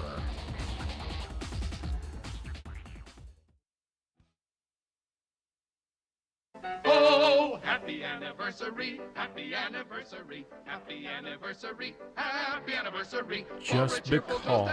Happy anniversary, but be careful you don't spill it. Happy anniversary. Oh, happy anniversary. Celebrating high school basketball around the Mountain State. You're listening to Basketball Friday Night in West Virginia on the Fast Break Sports Network. Now, back to your hosts, Bill Cornwell, Joe Linville, and Ryan Epling. 11:48 on this basketball That's Friday night in impressive. West We actually Virginia. got the crews from Applebee's up here to sing the anniversary song for Yes. For cause. And he's not even here. Right, because he's celebrating his anniversary, and so are we. That was the crew from Applebee's. We're going to wasn't it? have, I think so, yeah. sounded like it. Yeah, it works for me. We're going to have some pizza after a while and celebrate Coz's anniversary. We think it's 35. He told us last week, but I've been wrong on so many things today. I've been right on the scores. It must be a big one because he's out of town on a trip. So. Yeah, I believe. Didn't he go to Charleston, South Carolina? I think so. He's down in that They area. are, I believe that is it. So he's scouting ahead for our standout athlete of the week, Janaea Fargo, before she goes down there. He's From scouting out seafood restaurants. There you go. See, it all ties together, Joe. It all ties in. Nothing amazes me anymore, you know. We've lost the magic of tying it all together with Joe because he's just like, yeah, I'm sure it does. I don't know. Somewhere along the way, yeah. But we want to get you another scoreboard update in just a moment. But we do, again, want to wish Rick Kozlowski a happy anniversary. And, of course, and his wife, too. I mean, And this is poor the woman. first show I ever remember him not being on for a long, long time. Yeah. So, and he missed the Martinsburg-Hedgesville game tonight. That's big. So, again, and he's got his priorities right. 35 years. I mean, family first. Yeah, that's right. Mrs. Kozlowski, thank you for allowing Rick to be on our program over the years. We hope you enjoyed it 2 weeks ago, but we're sorry that when you were listening, we cut him off after about 10 seconds on the show because we ran out of time. Nonetheless, so we don't run out of time now. It's time for our poll question. And for that, we send it over to the sports desk, not the score desk this time, but the sports desk, to our correspondent, Landon Mitchell. Thanks, Ryan. Last week's poll question was, should the West Virginia legislature consider a bill that would protect sports officials? 61% of you said yes, while 39% of you said no. This week's poll question is, now that you have seen the proposed four-class, sectional, and regional alignments, has your opinion changed on the four-class system? Go to basketballnight.com and cast your vote. Thank you very much, Landon. All right. We lift the veil here a little bit sometimes. We you know, there's the magic of radio and the TV that you see there. Next time we'll try to get that chair out of the way. that lone empty chair sitting there next to Landon. And our regular right camera guy's not here tonight. Right, so we didn't clear the set, so we messed up there. There went that award. But no, I'm just playing, guys. We're having a good time here tonight. That's what we do here on Basketball Friday Night in West Virginia. We have a good time bringing you scores from across the state and the stories of the players, the coaches, the communities from which they emanate. So we're happy to be able to do that for you. We've covered a lot of territory tonight. Yes, we have. We've basically set up shop in the Eastern Panhandle for a while tonight, and some big scores that we'll talk about because we will do one more scoreboard update. We don't have, again, no cost time tonight because of his anniversary. So we can get them all in. That's right. But yeah. I mean, a lot of good basketball being played around the state. You mentioned that we've had a lot of focus on the Eastern Panhandle tonight. But one thing that we do that a lot of people don't get to do around the state, we've had a chance to kind of chew on some of the issues, not just the Wyoming East issue, but also the issue with the realignment and where people stand, and some of the we didn't really get into all that because the one I think we wanted to touch on, you have two single A girls stalwarts are going to be playing 3A ball next year because Wheeling Central and St. Joe were going to be brought up to 2A. Well, they decided, Penn Kurtz, Shannon Lewis, we're going to go to play 3A. And that's what they're going to do. And Wheeling Central will play 3A in boys also. Yes. And as of right now, we'll see. But it's interesting to me how this shakes out because in the way it currently stands, there will only be 24 AA teams in boys basketball, and St. Joe's boys will play AA. Yes. To me, that can get confusing because now you've got the same school in two different classifications. And on the girls' side, a couple public schools, Midland Trail and West Side, playing up. And on the boys' side, Midland Trail, West Side, and of course Trinity Christian. They're. Well, Trinity Christian is playing up on the boys' side, but not the girls' side. So that's going to be something that we're going to all have to kind of spend some time figuring out how to most efficiently decipher that and do that over the course of time. I was thinking about this today because of scheduling issues and opportunities, especially at the 2A and the single A level.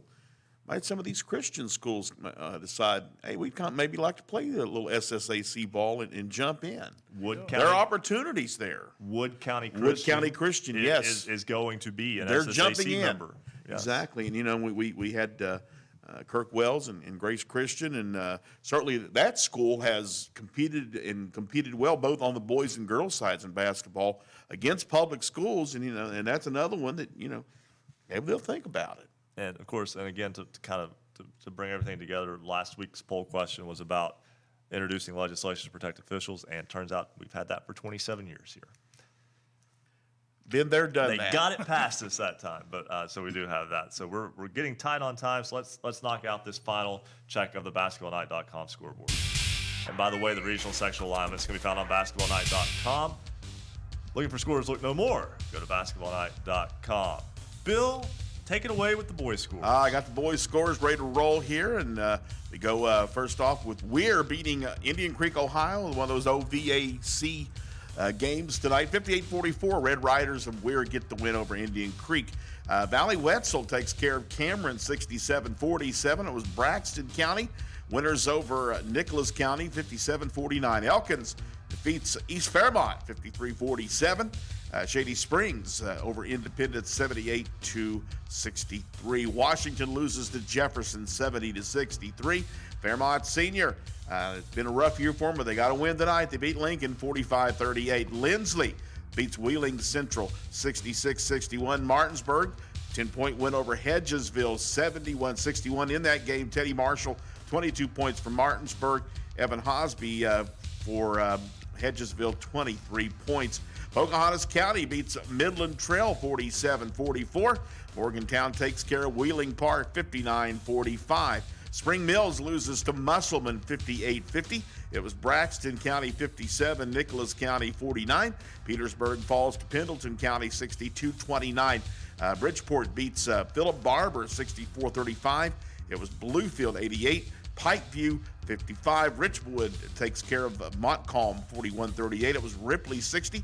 Nitro 58. Roane County beats Ravenswood 46-29. Robert C. Byrd winners over Buchanan Upshur by a score of 57-46. Scott takes care of Wayne 97-58. Polka beats Sissonville 55-31. John Marshall falls to St. Clairsville, Ohio, 61-54. Liberty Raleigh beats Summers County, 51-34. Cross Lanes Christian falls to Tulsa, 75-38. Webster County takes care of Clay County, 78-69. Oak Hill falls to West Side, 53-51. Winfield beats Herbert Hoover, 53-45. Worth County a win over Tyler Consolidated, 63-40. East Hardy falls to Ritchie County, 60-54. South Harrison loses to Greenbrier West, 66-44. Buffalo loses to Clay Battelle, 76-67. 100 beaten Meadow Bridge, 49-37. And it was Harmon, 68-40 over Payton City. I'll knock out these girls' games. We're just going to go winners over losers. St. Joe defeats Incarnate Word, Missouri to stay undefeated. Tucker County beats Bishop Walsh, Maryland. 100 defeats Mapletown, Pennsylvania. Richwood, the Lumberjills beat Montcalm tonight. Tulsa defeats Cross Lanes Christian. Union beats Pendleton County in girls basketball. Buffalo, a winner over Calvary Baptist. Charleston Catholic upsets Wheeling Central tonight in girls basketball. It was Gilmer County defeating Clay County. Petersburg beats Philip Barber. Petersburg 14-2. Trinity Christian beats Notre Dame 51-37. Woodrow Wilson's girls beat Cabell Midland tonight 58-51, first loss of the season for the Lady Knights. Calhoun County a winner over Webster County in girls basketball. Also, it was Greenbrier East over Parkersburg South. Huntington defeats Wheeling Park. Big win for the Highlanders. Southern Garrett, Maryland defeats Kaiser. Princeton a winner over Riverview. Lincoln County, Carly McComas goes over 1,000 points in their win over Sherman. South Charleston defeats Capital. St. Albans defeats Riverside. University picks up an 11-point win over Morgantown. And Williamstown defeats Moorfield 58-49. That is your basketballnight.com scoreboard. How about that? We made it. 8 seconds to go. Yep. So we are out of time. We'll be back next week with Basketball Friday Night in West Virginia.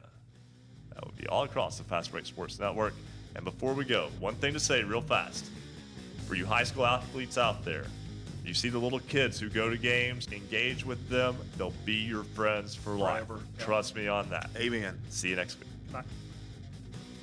Thank you for listening to Basketball Friday Night in West Virginia. Tune in next Friday for the latest high school basketball action from across the Mountain State. Visit basketballnight.com for our show archives, the poll question of the week, and the basketballnight.com scoreboard.